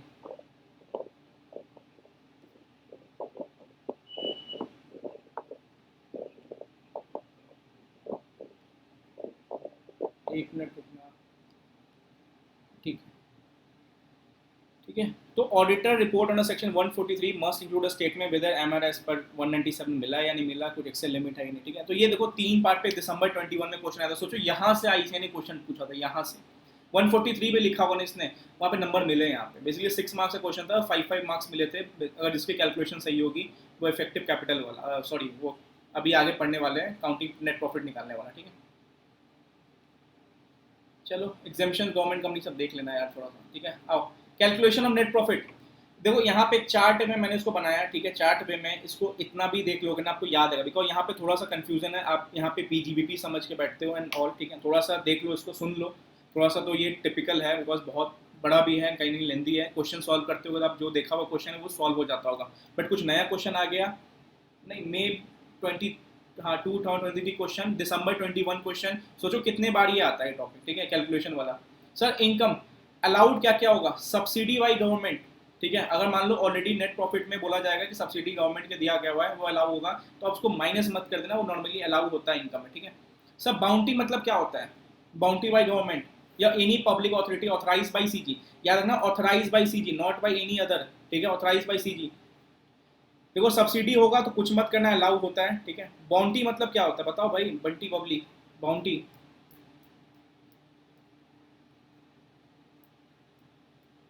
क्वेश्चन देखना पड़ेगा। देखो ऐसे वही लॉ का आंसर डायरेक्ट नहीं बोल सकता, मैं एक क्वेश्चन देखता हूँ बताता हूँ, मुझे याद नहीं आ रहा, मैं जिसका डाउट था मुझे को व्हाट्सअप करना, मैं दिखाऊंगा, ठीक है। देखो मेमोराइज करना है कर लो, ऐसे मैंने कुछ लिख रखा है, ठीक है, समझाता हूँ पहले। नॉर्मली देखो अलाउड क्या क्या होता है इनकम साइड में, सब्सिडी अगर गवर्नमेंट को दिया गया हो, ठीक है। बाउंटी मतलब प्राइज गिफ्ट या गवर्नमेंट द्वारा, वो अलाउ होता है, ठीक है। या any other public authority authorise by CG, याद है ना, ऑथराइज बाई सीजी पे हाईलाइट किया हुआ, ध्यान रखना, ठीक है। सर डिस अलाउ क्या होता है, मतलब ऑलरेडी इसको इनकम में काउंट किया गया हो बट उसको काउंट नहीं करना। बेसिकली अगर मान लो इनकम 10 करोड़ है प्लस ये सब भी होके 15 करोड़ हो गया, तो ये सब आपको हटाना पड़ेगा इनकम से, ठीक है। सर क्या है कैपिटल प्रॉफिट, ठीक है, या इस पे क्वेश्चन बहुत बड़ा बना हुआ है, ठीक है, आपके पास बुक में भी होगा कैपिटल प्रॉफिट, ठीक है। Premium on shares and debenture, देखो पीएफआई, पीएफआई आपको याद होता होगा, ठीक है, पब्लिक फाइनेंशियल इंस्टीट्यूशन। तो एक बीच में एक सी है, तो पीएफआई भी याद होगा, P for premium on shares debenture, F for forfeited shares का profit, C for capital profit and I for profit and sale of immovable property. Basically C and I लगभग सेम कैटेगरी में आ जाता है, ठीक है, याद करने के लिए। तो पीएफआई, पी फॉर क्या है, premium on shares and debentures, F four क्या हो गया, फॉरफिटेड शेयर्स वाला profit, C four capital profit and I four वही इमूवेबल प्रॉपर्टी वाला, ठीक है।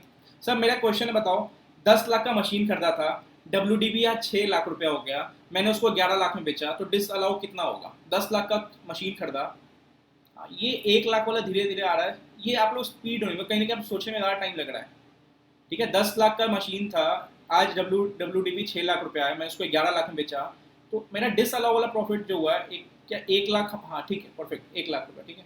तो ये याद है ना, क्वेश्चन भी है इस पे याद रखना, ठीक है। तो ये बेसिकली अलाउ डिस अलाउ हमारा इनकम साइड का हो गया। सर याद रखना पी एफ आई वाला, ठीक है, सी कैपिटल प्रॉफिट आपको याद रहेगा।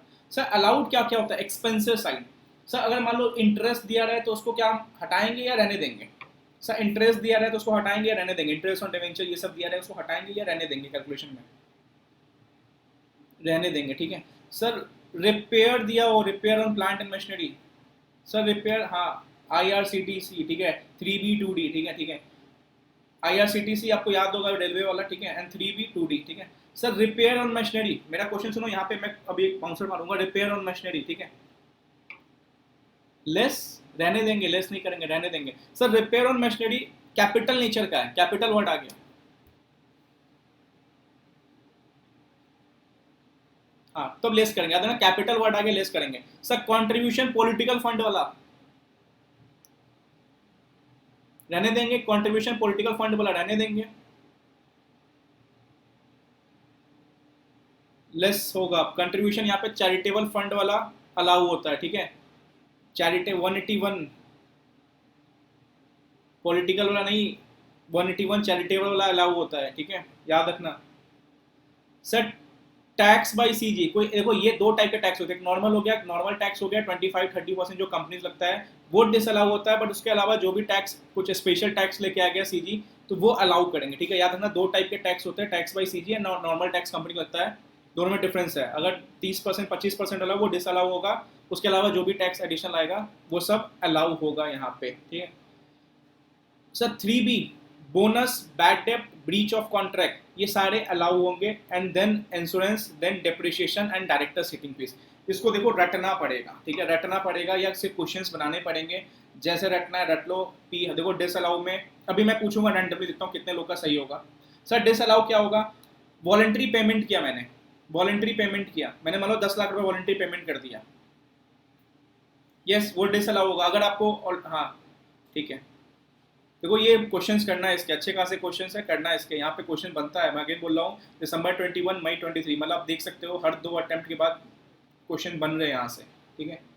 तो मई 23 के बाद क्या आया था अभी, नवंबर 22 एंड मई 23, अच्छा ये अटेम्प्ट की बात कर रहे हो आप, अच्छा मुझे लगा मई 22, ठीक है, मैं क्वेश्चन देखूंगा अभी, ठीक है। Normal tax 25%, 30%, voluntary payment, capital loss, ठीक है, ये सब क्या होगा, डिसअलाउ होगा। चलो वही मैंने बोला, cost 10 lakh, WDV 6 lakh, sale 11 lakh, जो 11 से 6 5, तो 4 अलाउ हुए, 1 लाख का जो हमारा कैपिटल प्रॉफिट है वो हमारा डिसअलाउ होगा, जो बेसिकली कॉस्ट एक्सीड करता है वो डिसअलाउ होता है, ठीक है। Sir recovery of manager remuneration in certain cases, अब यहाँ पे कौन से रिकवरी की बात कर रहा है, वहाँ पे कौन सी रिकवरी की बात कर रहा था, कंफ्यूज मत होना, लिंक करना सीखो। सर वहाँ पे कौन सी रिकवरी थी और यहाँ पे कौन सी रिकवरी है, हाँ ठीक है, मतलब देखो वहाँ पे क्या हुआ था, वहाँ पे SR, हाँ वहाँ पे SR नहीं पास किया था, ठीक है। हाँ यहाँ पे क्या हुआ, फाइनेंशियल स्टेटमेंट रीस्टेट हुआ है, when a company is required to restate financial statement of prior years due to fraud and not compliance, it shall recover only manager remuneration paid in excess. Sir 3 lakh रुपए मिलना था उसको and 3.5 lakh रुपए दिया, तो सिर्फ 50 लाख रुपीज है, उसका 50% हमें क्या होगा, हम उसको क्या कर सकते हैं, रिकवर कर सकते हैं। क्या बोला मैंने, 3 लाख देना था, 3.5 लाख चला गया, पता चला, तो जो 50,000 है उसका 50%, 50,000 है उसका 50%, आई एम राइट, 50,000 है उसका 50% ही रिकवर कर सकते हैं। नहीं MCQ में घुमाएगा, ठीक है, 50%, 100% ऐसे करके, तो आपको याद रखना फुल रिकवर कर सकते हैं, जो भी इन एक्सेस गया होगा उसको रेम्युनरेशन, ठीक है।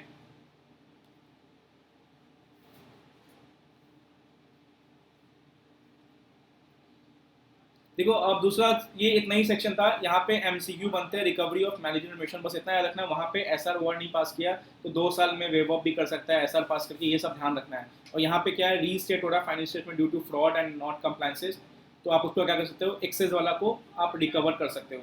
Sir consideration by company with respect to remuneration limit to be fix, देखो कंपनी कभी भी रेम्युनरेशन देती है, ठीक है, जैसे 196 197 में, या इनएडिक्वेट जहाँ पर प्रॉफिट नहीं है, तो ये सब चीज़ों का ध्यान देती है। सर क्या ये याद करना पड़ेगा, देखो ऐसे डायरेक्ट क्वेश्चन नहीं बने, बहुत कम बने, मतलब बहुत, मतलब 8-10 साल में निकालोगे तो शायद इस पर क्वेश्चन नहीं बना है, बट हाँ नॉर्मली देख लो कि आपका फाइनेंशियल पोजीशन क्या है कंपनी का, ठीक है, प्रोफेशनल क्वालिफिकेशन क्या, मतलब कंपनी लॉस में चल रही है एंड लॉ मेकर ने तो बोल दिया कि इफेक्टिव कैपिटल का आप दे सकते हो, तो पता चला वो जो बंदा है वो प्रोफेशनल क्वालिफिकेशन होल्ड भी नहीं कर रहा है, और उसको आप खामखा इफेक्टिव कैपिटल बेस पे अच्छा खासा प्रॉफिट एंड रेम्युनरेशन दिए जा रहे हो, ठीक है। तो financial position of company, professional qualification, experience, ये सब के बेसिस पे आपको अपना रेम्युनरेशन जो है वो फिक्स करना है, ठीक है।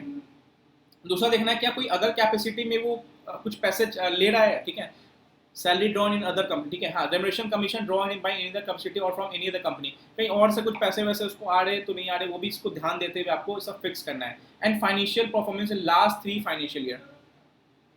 बहुत सही, मतलब जिन्होंने रिप्लाई कर रहे हो भाई सही है, मतलब आप हम लोग ने पढ़ा अच्छे तरीके से, आप ये टैकल कर लोगे, बिकॉज ये चैप्टर थोड़ा सा कंफ्यूजिंग है, छोटा है, बट कैलकुलेशन चैप्टर में काफ़ी बड़े बड़े हैं, ठीक है। हाँ, लास्ट 3 फाइनेंशियल ईयर का आपको डेटा देखना है, ठीक है, परफॉर्मेंस देखना है, उस एम्प्लॉय का, मान लो उस जो रेमुनरेशन मिलने वाला उसका परफॉर्मेंस देख लो कि हाँ यार इसका चार्ट कहीं बढ़ तो रहा है या घट रहा है, क्या है, उस बेसिस पे भी आपको देखना है, ठीक है। पहले तो खुद का फाइनेंशियल पोजीशन देख लिया, फिर कहीं ना कहीं उसका परफॉर्मेंस देख लिया, फिर कहीं ना कहीं चेक कर लिया कहीं उसको और भी तो नहीं मिल रहा है, फिर कंपेयर कर लिया director versus director, writer versus employ का बना लिया अच्छे से चार्ट, ठीक है। तो ये सब बेसिस देखते हुए अपना मैनेजमेंट डिविजन फिक्स कर सकते हो, ठीक है।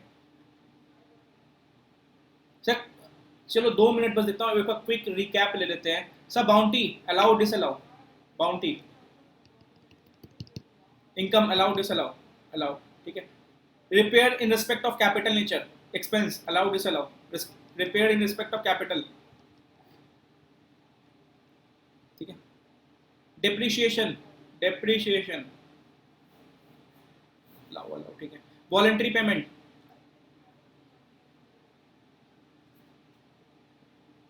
Political contribution,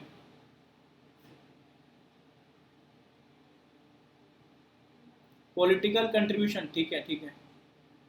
charitable contribution section 121, charitable contribution, ठीक है, परफेक्ट, ठीक है सर, ठीक है, ठीक है sir. 99 crore rupees effective capital, I am independent director, company loss में, 99 crore rupees effective capital, I am independent director, company loss में, कितना मिल सकता है? 99 करोड़।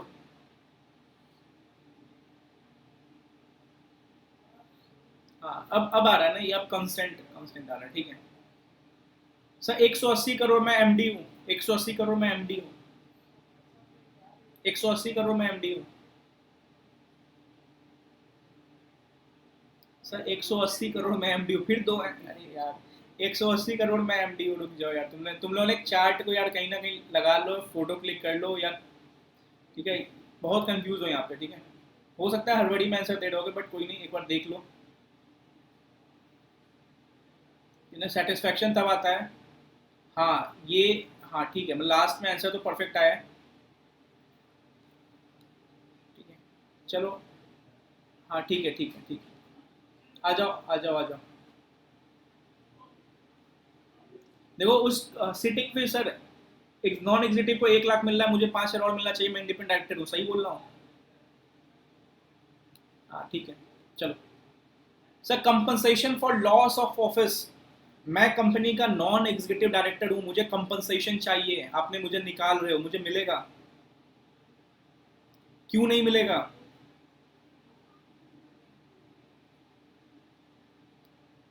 क्योंकि यहाँ पे हम बात कर रहे हैं सिर्फ compensation to MD WTD manager, ठीक है। यहाँ पे एग्जीक्यूटिव पर्सन वालों की बात कर रहे हैं। सर तुम खुद छोड़ के जा रहे हो, मतलब एमडी, मैं एमडी हूँ, मैं खुद छोड़ के जा रहा हूँ, मुझे मिलेगा नहीं? तो देखो यहाँ पे सबसे पहले इसको पार्ट्स में बांटते हैं, ठीक है, कन्वर्ट करते हैं। सर सबसे पहले मुझे ये बताओ ये किसको मिलता है, ठीक है, आंसर देते हैं आराम। सबसे पहले बताओ किसको किसको मिलता है, आ रहा ये बहुत इंपॉर्टेंट है, लास्ट टू लास्ट अटेम्प्ट में आया था, हर अल्टरनेट अटेम्प्ट में ये आईसी का फेवरेट रहता है। एमडी डब्ल्यूटीडी मैनेजर, परफेक्ट, यहाँ तक कोई दिक्कत नहीं, चलेगा, ठीक है सर। दूसरा, हम पहले देखो कैलकुलेशन करने से में 2 चीज़ निकालेंगे, पहले कितना मिलेगा, सर कितना मिलेगा, पहले हम नंबर ईयर्स निकालेंगे। ईयर की कैलकुलेशन कैसे होती है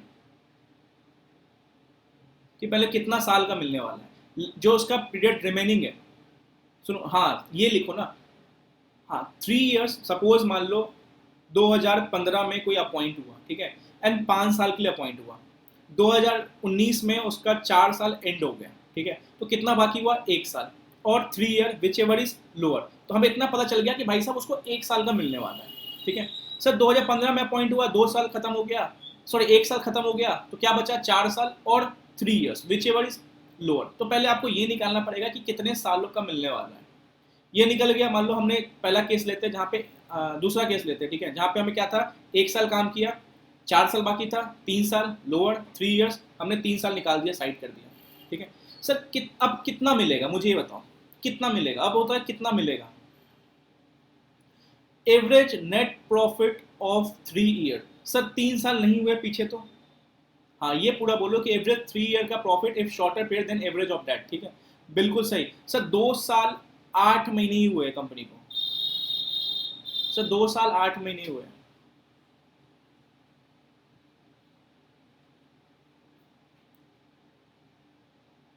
मतलब 2 साल 8 महीने में तो उसका निकाल लेंगे, ठीक है, हाँ शॉर्टर पीरियड जो है वो निकाल लेंगे, ठीक है। हाँ एवरेज ऑफ दैट, ठीक है। तो क्वेश्चन अच्छा है, इस पे सॉल्व करना, क्वेश्चन को आराम से बनाना है। पहले कंफ्यूज मत होना। हाँ पहले कंफ्यूज मत, पहले समझना कि किसको मिलता है, देन आपको पहले देखना है कितने साल का मिलेगा। कैलकुलेशन ऐसे होना चाहिए बच्चे, मैंने आरटीआई देखा था, बच्चे भावुक कोई कुछ भी लिख रहे थे, ठीक है, नहीं आराम से हर चीज़ का ना एक स्टेप होता है। फिर आपने एक बार ईयर्स निकाल दिया कि यहाँ 1 साल 2 साल 3 साल 4 साल जो भी है, फिर आपको निकालना है कि प्रीवियस जाना कि लास्ट 3 साल का एवरेज नेट प्रॉफिट सपोज मान लो 15 तो 45 divide by 3 it is 15 lakh. 15 lakh क्या जो 3 साल है वो तीनों कॉम मिला के टोटल 50 मिलेगा कि पर ईयर मिलेगा 15, जो रिमेनिंग है पर ईयर मिलेगा, ये टोटल में मिलेगा 15 जो आपने कैलकुलेशन किया, हाँ पर ईयर है, ठीक है, पर ईयर है, ठीक है, चलो सही है। कंपनी में make payment to WTD MD manager not any other director by way of compensation for loss of office on consideration for retirement from office. देखो अब यहाँ पे इंपॉर्टेंट है सर, कब कब नहीं मिलेगा, मैं पूछता हूँ, चलो यहाँ पर वैकेशन हुआ मेरा, सेक्शन 167 में वैकेशन हुआ, मिलेगा हाँ या ना, बोलना बस। नहीं, ठीक है, मेरे वजह से वाइंडिंग अप हो गया, मैं बोल रहा हूँ कि रेवोल्यूशन दो भाई, नहीं मिलेगा। कंपनी ने कंपनी एमेगमेट हुई दूसरी कंपनी में, मुझे एमडी से उस कंपनी में नॉन एग्जीक्यूटिव डायरेक्टर बना दिया, पोस्ट नीचे गिरा दिया, मिलेगा। कंपनी एमेलगमेट हुई दूसरे कंपनी में, मेरा पोस्ट नीचे गिरा दिया, मुझे रेमुनरेशन मिलेगा। मुझे सेम पोस्ट नहीं दिया, मिलेगा, ठीक है सेम। हाँ देखो अगर एमेलगमेट हुई है, आप इस ए कंपनी में एमडी थे और उसमें भी आप एमडी हो, फिर आप बोल रहे हो कि नहीं मैं एमडी नहीं रहना चाहता हूँ, फिर तो नहीं मिलेगा। सेम पोस्ट पे है तो नहीं मिलेगा, ठीक, सॉरी, हाँ सेम पोस्ट पे है तो नहीं मिलेगा। बट अगर आपने उसका पोस्ट नीचे गिरा दिया, रिडक्शन इन रैंक कर दिया उसका, फिर कहीं ना कहीं अगर वो जा रहा है छोड़ के, तो आपको आपको कंपनसेशन देना पड़ेगा उसको, ठीक है। तो आप उसका पोस्ट नहीं गिरा सकते हो, ठीक है, पोस्ट गिरा रहे हो तो भाई फिर आप रेडी हो जाओ उसको कंपनसेशन देने के लिए। सर डायरेक्टर खुद जा रहा है, बोला कि हो गया, अब ये दुनिया मेरे काम की नहीं, फिर हाँ नहीं मिलेगा, ठीक है। No CFLLO ETC can be paid in the following cases, director resign from his office as a result of construction amalgamation is appointed, ठीक है, other office in the newly fund director, ठीक है। और इसमें कंप्लीट करना जो मैं बताया था कि अगर सेम पोस्ट मिल रहा है तो नहीं मिलेगा, अगर सेम पोस्ट से कम हो गया तो उसको मिल जाएगा, ठीक है। Director resign not and reconstruction, director resign voluntary कर रहा है तो उसको नहीं मिलेगा, ठीक है। So officer of director vacated under section 167 नहीं मिलेगा। Sir director fraud breach trust ये सब का गिल्टी है of that company holding subsidiary में भी है तो उसको नहीं मिलेगा, उसके वजह से वाइंडिंग अप हुआ है, ग्रॉस नेग्लिजेंस से हुआ है, नहीं मिलेगा, ठीक है। चलो आ जाओ सर, ये हमने देख लिया कि रिमेनिंग टर्म्स और 3 year which ever is lower, ठीक है, यहाँ तक समझ गए। एंड कितना मिलेगा लास्ट 3 साल और शॉर्टर पीरियड का, उसका एवरेज निकाल लोगे नेट प्रॉफिट का, उसका एवरेज के बेसिस पर आपको पर ईयर का उतना रेमुनरेशन मिलेगा, ठीक है। सर नो CFL मतलब compensation for loss of office, मान लो जिस समय आप मान लो कि आपको निकाला जा रहा है उसके 6 महीना पहले वाइंडिंग अप हुआ, ठीक है, मान लो आज 1 अगस्त को वाइंडिंग अप हुआ एंड 1 दिसंबर को हम आपको निकाल ले, आप कंपनसेशन की बात कर रहे हो, क्या कंपनसेशन मिलेगा। 1 अगस्त को वाइंडिंग अप हुआ, 1 अक्टूबर को आपको निकाल रहे हम, क्या आप कंपनसेशन डिमांड कर सकते हो, क्या डिमांड कर सकते हो, क्या मिलेगा, नहीं मिलेगा, ठीक है, बिल्कुल सही बिल्कुल सही, ठीक है। मतलब sir before date of cessation of his office, ठीक है, मतलब कहीं ना कहीं आप जब ऑफिस छोड़ने वाले हो या आपको जब निकाला जा रहा है उसके पहले अगर वाइंडिंग अप चालू हो गया या उसके 12 महीने के बाद, हाँ 12 महीने के बाद, ठीक है, ठीक है, तो इस केस में क्या है, नहीं मिलेगा, ठीक है। सर क्या हम ये बोल सकते हैं कि ये देखो क्या हुआ, स्क्रीन दिख रहा है आपको, मैसेज स्क्रीन नहीं दिख रहा है, स्क्रीन शो हो रहा है, ठीक है। सर सर अदर कैपेसिटी, देखो एक छोटा सा पॉइंट है, अगर कोई अदर कैपेसिटी में काम करना चाहता है तो क्या उसको हम अलाउ कर सकते हैं, अदर कैपेसिटी में काम करना चाहता है तो, हाँ ठीक है कोई दिक्कत नहीं, अदर कैपेसिटी में उसने सर्विस दिया होगा तो क्या उसको इन्फॉर्मेशन दे सकते हैं, हाँ ठीक है। तो यहाँ पे क्वेश्चन बना हुआ है, ठीक है, याद रखना। यहाँ पे क्वेश्चन बना हुआ है, तो यह चीज़ ध्यान रखने का है। बिकॉज आईसीआई ने लगभग लॉ इट्स ऑल अबाउट की बहुत पहले चलता है, तो आईसीआई ने बहुत छोटे छोटे पॉइंट पे क्वेश्चन बनाया हुआ है। सर यहाँ पे फंसोगे आप। Appointment of key managerial person, now who is whole time key managerial person, बताओ कौन कौन आता है की मैनेजरल पर्सन में। 3 टाइप के कैटेगरी फिक्स है यहाँ पे। पहले बताओ इधर वाला प्लस, देखो इधर वाला 2 प्लस बताओ मुझे। सी एस तो ठीक है, सी एस ठीक है, आ जाओ। C S C F O, chief financial officer, company secretary, ठीक है। इधर वाला क्या है, इधर वाला में स्लैशिंग बस स्लैश है, ये नहीं तो ये नहीं तो ये नहीं तो ये नहीं तो इसके एब्सेंस में ये। हाँ ठीक है, बहुत बढ़िया। देखो पहली बात, चलो पहली बात, किस किस को केएमपी रखना पड़ता है, बेसिकली किस किस कंपनी को रखना पड़ता है ये बताओ। चलो listed company, listed company, listed company, ठीक है, listed company, listed company. And listed company नहीं है तो ऐसी प्राइवेट कंपनी जिसका paid up share capital 10 crore है, मैं ठीक बोल रहा हूं? ऐसी प्राइवेट कंपनी जिसका paid up share capital 10 crore है। चलो बताओ ये कहाँ पे है, चलो ये, चलो ठीक है बहुत सही। मुझे बताओ इसके आगे का टॉपिक है, देखता हूँ किसको याद है। मैं एक ऐसी प्राइवेट कंपनी जिसका paid up share capital 10 crore है, उसको एक मैंडेटरी अपॉइंटमेंट करना पड़ेगा, और अभी उसके वजह से डिमांड बढ़ गया है एक सेक्टर का, ठीक है। It is company secretary. बहुत सही, बहुत सही। पहले ये 5 करोड़ था, बहुत सारे बुक में 5 करोड़ ठीक कर लेना। अगर ऐसी प्राइवेट कंपनी सोचो, पब्लिक कंपनी के दायरे से निकल के प्राइवेट कंपनी तक आए, तो इंडिया में काफ़ी ऐसी प्राइवेट कंपनी जिसका paid up share capital 10 crore है, तो उसको एक होल टाइम सीएस रखना पड़ेगा। So whole time CS in the sense of employment, ठीक है। एक होता है सेक्रेटरी ऑडिट, वो नहीं, एम्प्लॉयमेंट केस में एक नॉर्मल मतलब कंपनी में जो सीएस काम करती है उनको रखना पड़ेगा, तो एम्प्लॉयमेंट अच्छा खासा है, सीएस का स्कोप अच्छा खासा आ गया, ठीक है। तो देखो पहले क्या है, अपॉइंटमेंट ऑफ केएमपी की manager person every listed company and other public company having paid up share capital 10 crore या उससे ज़्यादा है, तो वो केएमपी रखना पड़ेगा। क्या क्या आएंगे उसमें, सीएस सीएफओ, ये दोनों साइड ऐड जरूर याद रखना। इधर में क्या है, बेसिकली एमडी है या सीईओ है या मैनेजर है। क्या हम सेम टाइम पे एमडी मैनेजर अपॉइंट कर सकते हैं, ये मैं मिस कर दिया, क्या सेम टाइम पे एमडी मैनेजर अपॉइंट कर सकते हैं? परफेक्ट, ठीक है। एमडी मैनेजर सेम टाइम पर अपॉइंट नहीं हो सकता, एक बार क्वेश्चन आया था एंड अच्छा है, एमसीक्यू के लिए भी इंपॉर्टेंट है, ठीक है। तो सर क्या बोला मैं, इधर के ये 2 ऐड याद रखना, C S plus C F O, हाँ 196.1 बिल्कुल सही, सी एस सी एफ ओ। और इधर क्या है, एम डी हो चाहे सी हो चाहे मैनेजर हो, या in the absence of W T D है तो चलेगा, ठीक है। तो यहाँ पे क्या है, यहाँ पे ऑप्शन दिया हुआ है, बट यहाँ पे क्या, ये 2 तो होने चाहिए, प्लस में होने चाहिए सी एस सी एफ, ठीक है। Sir every private company rule it, sir tick मार लो, क्वेश्चन आने वाला है, टिक कर लो इसको, ठीक है, हाईलाइट कर लो, क्वेश्चन आने वाला है, गारंटी बोल रहा हूँ, ठीक है। या आ चुका होगा एमसीक्यू में, अगर आपने जिस पेपर लेटेस्ट दिया होगा, या यहाँ पे क्वेश्चन बना होगा, या कहीं ना कहीं आने वाला ही क्वेश्चन है, रेडी हो जाओ, ठीक है। Sir every private company having paid up share capital 10 crore या उससे ज़्यादा shall appoint a whole time CS. Question आएगा, नोट डाउन कर लो, छोटा सा लाइन है रूल 8 का, और एग्जाम में अगर लिमिट्स याद नहीं होंगी, प्राइवेट कंपनी नहीं याद होगा, तो कहीं घूम के आ जाओगे, ठीक है। तो ये चीज़ इंपॉर्टेंट है, बिकॉज हर जगह पब्लिक कंपनी है। क्या सर एक चेयरमैन या के सेम आदमी चेयरमैन प्लस एमडी बन सकता है, हाँ या ना? नहीं, नॉर्मली नहीं, नॉर्मली नहीं। देखो ये टॉपिक समझाने में काफ़ी टाइम लगेगा, बट देखता हूँ इतना स्पीड समझ सकते हो। नॉर्मली नहीं बन सकता, normally chair plus MD plus chairperson plus CEO नहीं बन सकता, बट एक्सेप्शंस क्या है, आपके एओए में लिखा होगा, ठीक है। एओए कहीं ना कहीं आपको दे रहा है, ठीक है। एंड कहीं ना कहीं company does not carry multiple business, मतलब कंपनी को ज़्यादा बिजनेस, मल्टीपल बिजनेस, मतलब कहीं तो फर्नीचर का, कभी हो सकता है दूसरे सेक्टर का, मतलब ज़्यादा बिजनेस नहीं चल रहा है, तो नॉर्मली क्या बोला मैंने, एओए अगर अलाउ कर रहा है एंड कंपनी का मल्टीपल बिजनेस नहीं है, तो कहीं यहाँ पे चेयरपर्सन प्लस एमडी सीईओ चल सकता है, ठीक है। एमडी सीईओ चल सकता है, बट नॉर्मली आप लिखोगे चेयरपर्सन प्लस एमडी एक आदमी नहीं बन सकता है, ठीक है। Exceptions if AOA provides plus if company does not carry multiple business, ठीक है। तो अगर ये एक्सेप्शंस में आ गया तो ये वाला टिक लग जाएगा, यहाँ पे जैसे मैंने यहाँ टिक लगा हुआ है। सर ऊपर का first proviso not applicable to some cases, यहाँ लिमिट्स आ जाएंगे, मतलब सर ये जो प्रोवाइजो है ये पूरा नहीं लगेगा, मतलब जो चेयरमैन प्लस एमडी है ये जो नहीं बन सकता, ये पूरा प्रोवाइजो नहीं लगेगा। किस कंपनी को नहीं लगेगा बताओ, किसको याद है? ये बहुत टिपिकल पॉइंट है, अगर बोलोगे डिस्कशन में, तो अगर मैं नहीं पढ़ा होगा तो शायद हो सकता है कोई याद भी नहीं रहा होगा, ठीक है। मतलब ये पूरा प्रोवाइजो है ना, ये एप्लीकेबल नहीं होगा,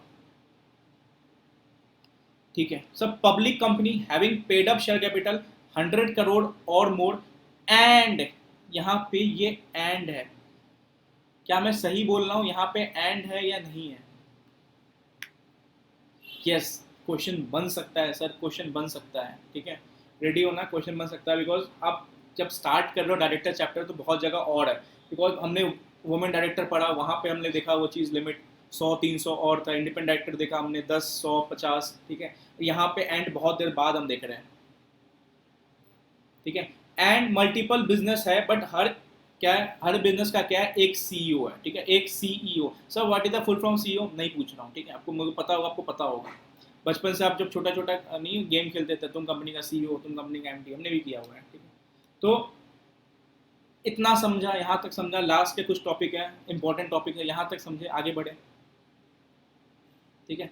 ये थोड़ा ध्यान रखना, ये पॉइंट ध्यान रखना, यहाँ पे एंड है, मतलब पब्लिक कंपनी, ऐसी पब्लिक कंपनी है, ठीक है, ऐसी पब्लिक कंपनी, लिस्टेड की बात नहीं करूँगी, ऐसी पब्लिक कंपनी जहाँ paid up share capital 100 crore और टर्नओवर 1000 करोड़। सर ये टर्नओवर कहीं और पढ़ा है, कुछ याद आ रहा है, देखता हूँ किसने किसको कितना याद आ रहा है। ये 1000 करोड़, हाँ, ये फेस टू फेस में स्टूडेंट बैठे हुए CSR बोल रहे हैं, मुझे आवाज़ आ रहा है, ठीक है। और कोई यहाँ पे बताओ, CSR ही सही है, CSR 1000 करोड़।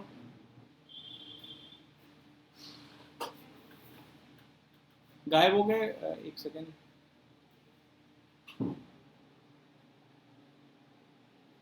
आपका मैसेज शो नहीं हो रहा है मुझे।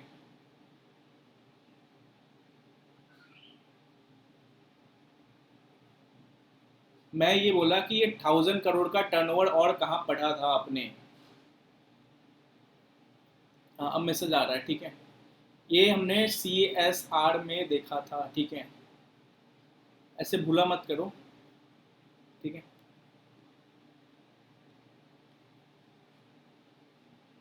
चलो सर इस टॉपिक को मैं छोटे से पॉइंट में कवर करता हूँ, मुझे ये बताओ, हाँ ठीक है, मुझे बताओ, क्या मैं एक टाइम पे दो कंपनी का एमडी बन सकता हूँ? क्या मैं एक टाइम पे दो कंपनी का एमडी बन सकता हूँ? देखो नॉर्मली तो लिखोगे, हाँ ठीक है, नो लिख के फिर आप समझाओगे, ठीक है, मतलब एक और आप होल्ड कर सकते हो, बट हमें क्या कंडीशन फॉलो करना पड़ेगा, हमें क्या कंडीशन फॉलो करना पड़ेगा? अब मैं यहाँ पे क्वेश्चन पूछूंगा, आप बताओगे, ठीक है, क्या कंडीशन फॉलो करना पड़ेगा? मतलब अगर मैं मान लो एबीसी एबीसी में कंपनी में एमडी हूँ, अब मैं पीक्यूआर में भी एमडी बनना चाहता हूँ, और क्या मैं, हाँ ठीक है, एबीसी में एमडी हूँ, मैं पीक्यूआर में भी एमडी बनना चाहता हूँ, एंड मान लो एक और कंपनी है आरएसटी, उसमें भी एमडी बनना चाहता हूँ, तो क्या मैं तीन कंपनी में एमडी बन सकता हूँ सेम टाइम पे? नहीं, बेसिकली आप एक से दूसरे कंपनी में जाके एमडी बन सकते हो, ठीक है, हाँ, वन एंड ओनली वन, ठीक है, वन एंड वन, ठीक है सर। लेकिन दूसरे कंपनी में एमडी बन सकते हो, उस पर कंडीशन है, कंडीशन, पहली कंडीशन क्या है? हाँ मैक्सिमम टू, पहली कंडीशन क्या है? Unanimous by board resolution. Sir यहाँ पे हम बोर्ड बाय सर्कुलेशन वाला कर सकते हैं, रेजोल्यूशन बाय सर्कुलेशन नहीं, लिंक करवाओ, अभी मीटिंग चालू नहीं हुआ है, बट लिंक करा रहा हूँ, सर्कुलेशन, हाँ वो नहीं हो सकता, ठीक है। बोर्ड रेजोल्यूशन एट बीएम, मतलब BR@BM, ये याद रखना, BR/BM, ठीक है, with consent of all director present, मतलब यूनानिमस। सर इसके अलावा एक बार और यूनानिमस पढ़ा था, कहाँ पढ़ा था? मैं मेमोरी चेक करूंगा आपका, बस 15 मिनट और बचा है। मैं अभी कहाँ पढ़ा था, लास्ट डिस्कशन में कुछ था ऐसा यूनानिमस वर्ड, इस तरीके से कुछ वर्ड था, हाँ ठीक है, परफेक्ट परफेक्ट परफेक्ट, ठीक है। हाँ, जो सिंगल रेजोल्यूशन पास करके हम डायरेक्टर्स को अपॉइंट कर सकते हैं, ठीक है, मतलब बेसिकली सिंगल ओवर वर्ड नहीं करना पड़ेगा डायरेक्टर चैप्टर में, ठीक है। पूरा लिंक करो, यूनानिमस वर्ड ऐसा सुनिए तो याद रहेगा आपको, ठीक है। सर उसके बाद क्या है, स्पेशल नोटिस देना है मीटिंग का, एंड रेजोल्यूशन पास करना है, नोटिस भी जहाँ पे जो डायरेक्टर इंडिया में है वहाँ पे। सर मुझे एक क्वेश्चन बताओ, मैं एक क्वेश्चन पूछना चाह रहा हूँ, मेरा आंसर बताओ आप। सर मैं एक कंपनी बताया कि मैं ABC लिमिटेड में जो भी है एमडी हूँ, मैं PQR में भी एमडी बनना चाहता हूँ, तो जो BR है वो कौन सी कंपनी पास करेगी? यहाँ पर स्टूडेंट को कंफ्यूजन होता है, ABC या PQR, ABC या PQR, क्योंकि मेरे पास ये डाउट है सर, कौन सी कंपनी रेजोल्यूशन पास करेगी? जिसमें हम जाने वाले हैं, मतलब जिसमें ऑलरेडी है उसमें नहीं, जिसमें हम जाने वाले हैं ना, उसमें हमें रेजोल्यूशन पास करवाना है, ठीक है। एंड रेजोल्यूशन भी हमें यूनानिमस, फिर जाके आप दो कंपनी में कर सकते हो। ये दिसंबर 21 में MCQ आया था, एंड 4 नंबर का MCQ इस पे ही ड्राफ्ट हुआ था। सर MCQ के लिए इंपॉर्टेंट है, याद रखना कि यस, पहले तो ये नॉट मोर देन, मतलब वन अदर में और, ठीक है। फिर दूसरा क्या है, board resolution at BM, circulation घुमा सकता है आपको, एंड तीसरा क्या है, यूनानिमस, एंड चौथा क्या है, जो कंपनी में जाने वाले हो उसको पास करना है, ठीक है। WTD key manager person shall not hold office in more than one company at the same time except in his subsidiary company. Subsidiary में बन सकता है, ठीक है, बट उसको आप दूसरे और कंपनी में डायरेक्टर नॉर्मल बनना देना चाहते हो तो बोर्ड के परमिशन से आप अलाउड कर सकते हो. की manager person is different thing. तो एक क्वेश्चन है, पता है, एक क्वेश्चन मैं पूछता हूँ, कल ही शायद एक स्टूडेंट ने पूछा, शायद वो डिस्कशन में भी बैठा होगा, ठीक है, मैं पूछता हूँ आपसे, आप बताना कि एक CS है सर, CS किस कैटेगरी में आ गया? हाँ, बोर्ड परमिशन, CS आ गया KMP, ठीक है, परफेक्ट, होल्ड, हाँ ठीक है, KMP. सर उस CS को 5 साल के लिए अपॉइंट किया गया, ठीक है, उस CS को 5 साल के लिए अपॉइंट किया गया एंड उसका रीअपॉइंटमेंट 2 साल पहले कर दिया गया, क्या सही हुआ? उसका रीअपॉइंटमेंट का खुशखबरी 2 साल पहले कर दिया गया. सब गिरे, सब गिरे, सब गिरे, सारे का विकेट गिरा, सबका विकेट गिरा, सबका विकेट गिरा. अच्छा, उस इसलिए उसका भी विकेट गिरा था, इसलिए वो MCQ ICI के जो MCQ सॉल्व कर रहा था, किसने MCQ सॉल्व करोगे पता चल जाएगा आपको वहाँ पे. सर CS की बात कर रहा हूँ, CS KMP है एंड KMP केस में वो 1 ईयर वाली बात नहीं है. 1 ईयर वाली बात 196 में वहाँ पे आपको एग्जीक्यूटिव पर्सन जो कि MD मैनेजर WTD की बात है. प्लीज़ बोल रहा हूँ आराम से पढ़ो, ठीक है. CS रिगार्डिंग रीअपॉइंटमेंट का ऐसा कोई चक्कर नहीं है, आप फंस जाओगे और ऐसे ऐसे एग्जामिनर बैठ जाएंगे मेरे जैसा, तो हो सकता है लॉ में तो मुश्किल हो जाएगा फिर. नहीं, ऐसा कुछ नहीं होगा, आप सब पास कर जाओगे लॉ में, ठीक है, ऐसे डरो ना. मेरे को कॉल आने लगा, पेपर के बाद कॉल आने लगा कि सर ये ऐसे ही पेपर आएंगे या चांसेस यही कि पेपर ऐसे ही बनते हैं. मैंने बोला लास्ट में कैसे बने हैं, तो दिसंबर नवंबर टाइम को लेकर तो सही. लेकिन देखो मैं तो पर्सनली बोलता हूँ कि अगर लॉ में आपने सही से पढ़ लिया ना, तो जो SFM का पेपर इस बार आया था ना, भगवान न करे ऐसा पेपर रहे या नवंबर 2020 जैसा रहे, ठीक है. बिकॉज प्रैक्टिकल में एजम्पशन लेके बनाना पड़ता है. लॉ में क्या है ना, अगर आपने पढ़ा है ना अच्छे तरीके से, प्रोविजन आपने पढ़ा है, देखो कोई बोलता है सर मेरे 80 क्वेश्चन बाकी है, कोई 100 क्वेश्चन बाकी है, ठीक है, अरे मैटर नहीं कर रहा है. अगर आपने प्रोविजन पढ़ा है तो मैं बोलता हूँ 80 क्वेश्चन भी बैठोगे किसी दिन आराम से तो उसमें से 60-70 क्वेश्चन बना लोगे. बट अगर प्रोविजन नहीं पढ़ा है तो भाई कुछ नहीं हो सकता फिर वहाँ पर, ठीक है. तो लॉ को रिगार्डिंग लेके थोड़ा सा आप क्लियर हो कि प्रोविजन पे फोकस हमें अच्छे से करना है, ठीक है सर. ठीक है सर, मैंने क्वेश्चन क्या बोला था, क्वेश्चन ये बोला था CS है वो 5 साल के लिए मैंने उसको अपॉइंट किया एंड रीअपॉइंटमेंट की खुशखबरी मैंने उसको 2 साल पहले दे दी. तो यहाँ पे स्टूडेंट क्या कंफ्यूज हो गए, वो 1 साल वाले पॉइंट पे लेके, 1 साल का पॉइंट सिर्फ MD मैनेजर WTD के लिए था, CS वालों के लिए नहीं था, ठीक है. सर वैकेंसी हो गया, होल टाइम डायरेक्टर का वैकेंसी हो गया, कब फुलफिल होगा? यहाँ पे तो मैंडेटरी फुलफिल होगा 3 मंथ्स और next board meeting whichever is later, ठीक है सर. 3 मंथ्स और board meeting within 6 months. यहाँ पे वही मैं बात करने वाला था जो मैं बोला कि यहाँ पढ़ेंगे, यहाँ पे 6 मंथ्स वाली बात है, ठीक है. मतलब fill up at board meeting by board of director के द्वारा ही कैजुअल वैकेंसी होगा होल टाइम डायरेक्टर KMP का, ठीक है, फुलफिल होगा. But 6 months by default 6 months में, हाँ वो तो इंडिपेंडेंट डायरेक्टर वुमेन की है, बिल्कुल सही है, ठीक है, ये बाई डिफॉल्ट 6 मंथ्स में, ठीक है. चलो सही है, ठीक है, ठीक है, ठीक है. पेनल्टीज देख लेना एक बार. Sir secretarial audit, private company, paid up share capital 10 crore, क्या सेक्रेटरियल ऑडिट करवाना है? बड़ी बड़ी कंपनी सर, बड़ी बड़ी कंपनी, ठीक है. तो सबसे पहले क्या, बड़ी कंपनी सबसे पहला क्राइटेरिया क्या आएगा? पहले लिस्टेड बोल लो, लिस्टेड 250-300 बाद में करना, पहले लिस्टेड बोलो, लिस्टेड कंपनी, ठीक है, परफेक्ट, लिस्टेड कंपनी. सर उसके बाद अदर पब्लिक कंपनी, इस पर भी क्वेश्चन बन सकता है, कम कम बना है क्वेश्चन यहाँ पे, इसको भी हाईलाइट कर लेना. ऐसे जहाँ जहाँ अनटच्ड है वहाँ वहाँ बता रहा हूँ, ध्यान रखना. सर एवरी लिस्टेड कंपनी, फिर रूल एट में क्या है, paid up share capital 50 crore, ठीक है, टर्नओवर और है 250 करोड़, और outstanding loan bank from PFI exceeding 100 crore या 100 करोड़ और मोर.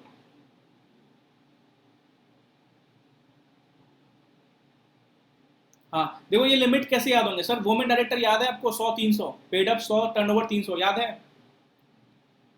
सर? वुमेन डायरेक्टर याद है ना, पेड अप 100, टर्नओवर 300, उसका 50-50 निकाल के इधर 100 कर देना बैंक को, ठीक है, बैंक PFI को 100 कर देना, आपको याद रहेगा.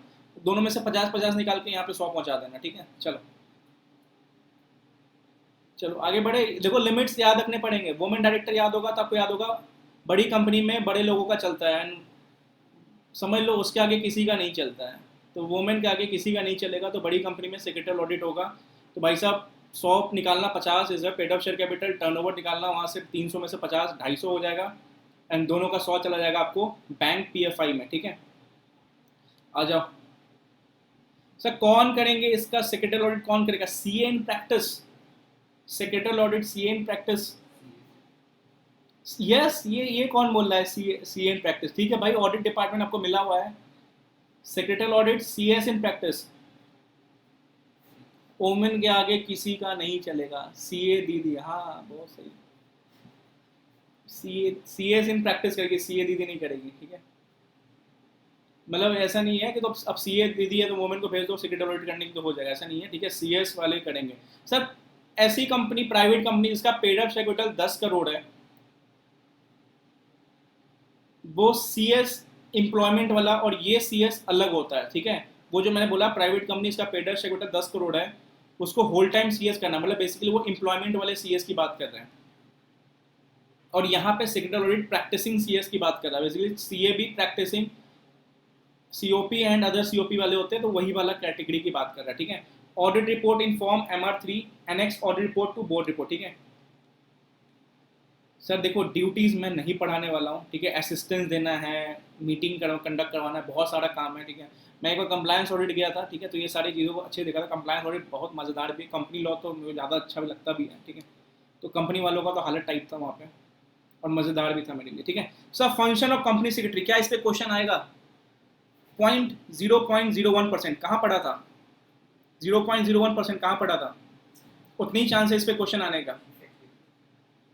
हाँ इफेक्टिव है, उतना ही चांस है इस पे क्वेश्चन आने का। आप फाइनल लेवल पे हो, आपके ड्यूटीज़ नहीं पूछेगा, ठीक है, आप पे फंक्शंस नहीं पूछेगा, अगर पूछेगा भी तो लिख देना report to board about compliance, compliance के बारे में बताना है, मिनट्स सही होने चाहिए, सेक्रेटरी स्टैंडर्ड्स सही फॉलो होने चाहिए, ठीक है। डायरेक्टर को टाइम टू टाइम गाइडेंस दे कि भाई तुम्हारी ड्यूटी क्या है, तुम्हारे पावर्स क्या है, तुम अपने काम दूसरे को असाइन नहीं कर सकते हो, ठीक है। मिनट्स बोर्ड मीटिंग होने के बाद या मीटिंग होने के बाद मिनट्स बनाना है, ठीक है। ऑथोरिटीज़ लोग से परमिशन लेना है, ठीक है। तो यहाँ पे हमारा चैप्टर हुआ फिनिश, ठीक है, डन। नेक्स्ट चैप्टर अपना रहेगा PMLA। मुझे एक बात बताओ, किस किस ने PMLA पढ़ना स्टार्ट किया? एकदम ऑनेस्टी के साथ बोलना, किस किस ने PMLA पढ़ना स्टार्ट किया? 1 2 3 4 5, एकदम सही बताना। 6 हो गया, 7 8 9, और कोई 10, और कोई, हाँ इधर भी 2 3 मेरे को आंसर आ रहा है, ठीक है। हाँ आज रात को करेंगे, ठीक है, आज रात को करेंगे PMLA। मैं नेक्स्ट बता देता हूँ अपना नेक्स्ट टारगेट क्या है, मैं थोड़ा सा आपको आइडिया बता देता हूँ, ठीक है। देखो, या मैं अभी आप चलो, टेस्ट पेपर तो सबका लगभग आ चुका है, डिस्कशन हम कल रखते हैं या परसों रखते हैं, जिसमें मैं रिजल्ट अपलोड करूँगा लॉ का, बिकॉज क्वेश्चन में तो आप हिले हो सबका। कल वीक ऑफ है, मैंने कब बोला कल वीक ऑफ है? और कल कौन सा वेडनेसडे है ना, वेडनेसडे को कौन सा?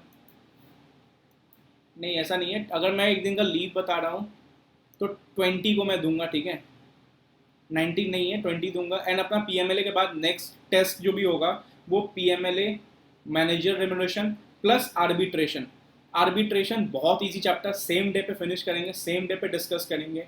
3 to 4 मार्क्स का इजी चैप्टर। अगेन मैं बताऊँ, पिछले अटेम्प्ट में जो बच्चों ने अपना वैल्यू एडिशन किया था वो FCRA एंड आर्बिट्रेशन से ही किया था, ठीक है। तो ये ऐसे चैप्टर्स है जो कहीं ना कहीं ईजी आते हैं। देखो IBC आता है, बट ये चैप्टर है जो आपको 4 नंबर कंफर्म देके जाएगा। अच्छे से हम इसको करेंगे, 10-15 पेज का नोट्स के साथ खत्म कर लेंगे, डायरेक्ट क्वेश्चन आता है, ठीक है।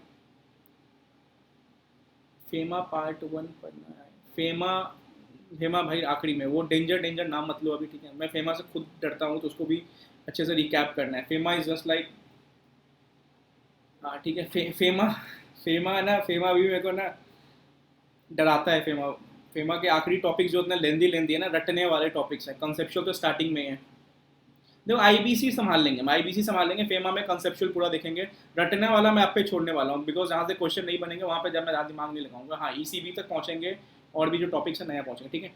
चलो इसको फिनिश करते हैं, मिलते हैं नेक्स्ट क्लास में। एंड इस टेस्ट रीडिंग ना, इतना डिस्कशन के बाद भी अगर आप क्वेश्चन में फंसोगे ना, सर कब तक हो जाएगा? देखो अगर मैं कराने बैठूँ तो आपको 5 दिन में खत्म करवा दूंगा, ठीक है। बट वही बात है, ये कब तक वाला बात आप तब बोलो जब आप पूरा अपडेट हो टारगेट्स में। ऐसा कोई भी टारगेट नहीं है कि मैं ऊपर नीचे दे रहा हूँ कि फेमा मैं फॉरेक्स बोल दिया कि एक दिन में खत्म करो, कॉर्पोरेट वैल्यूएशन बोल दिया कि आज एंड होना चाहिए, ठीक है।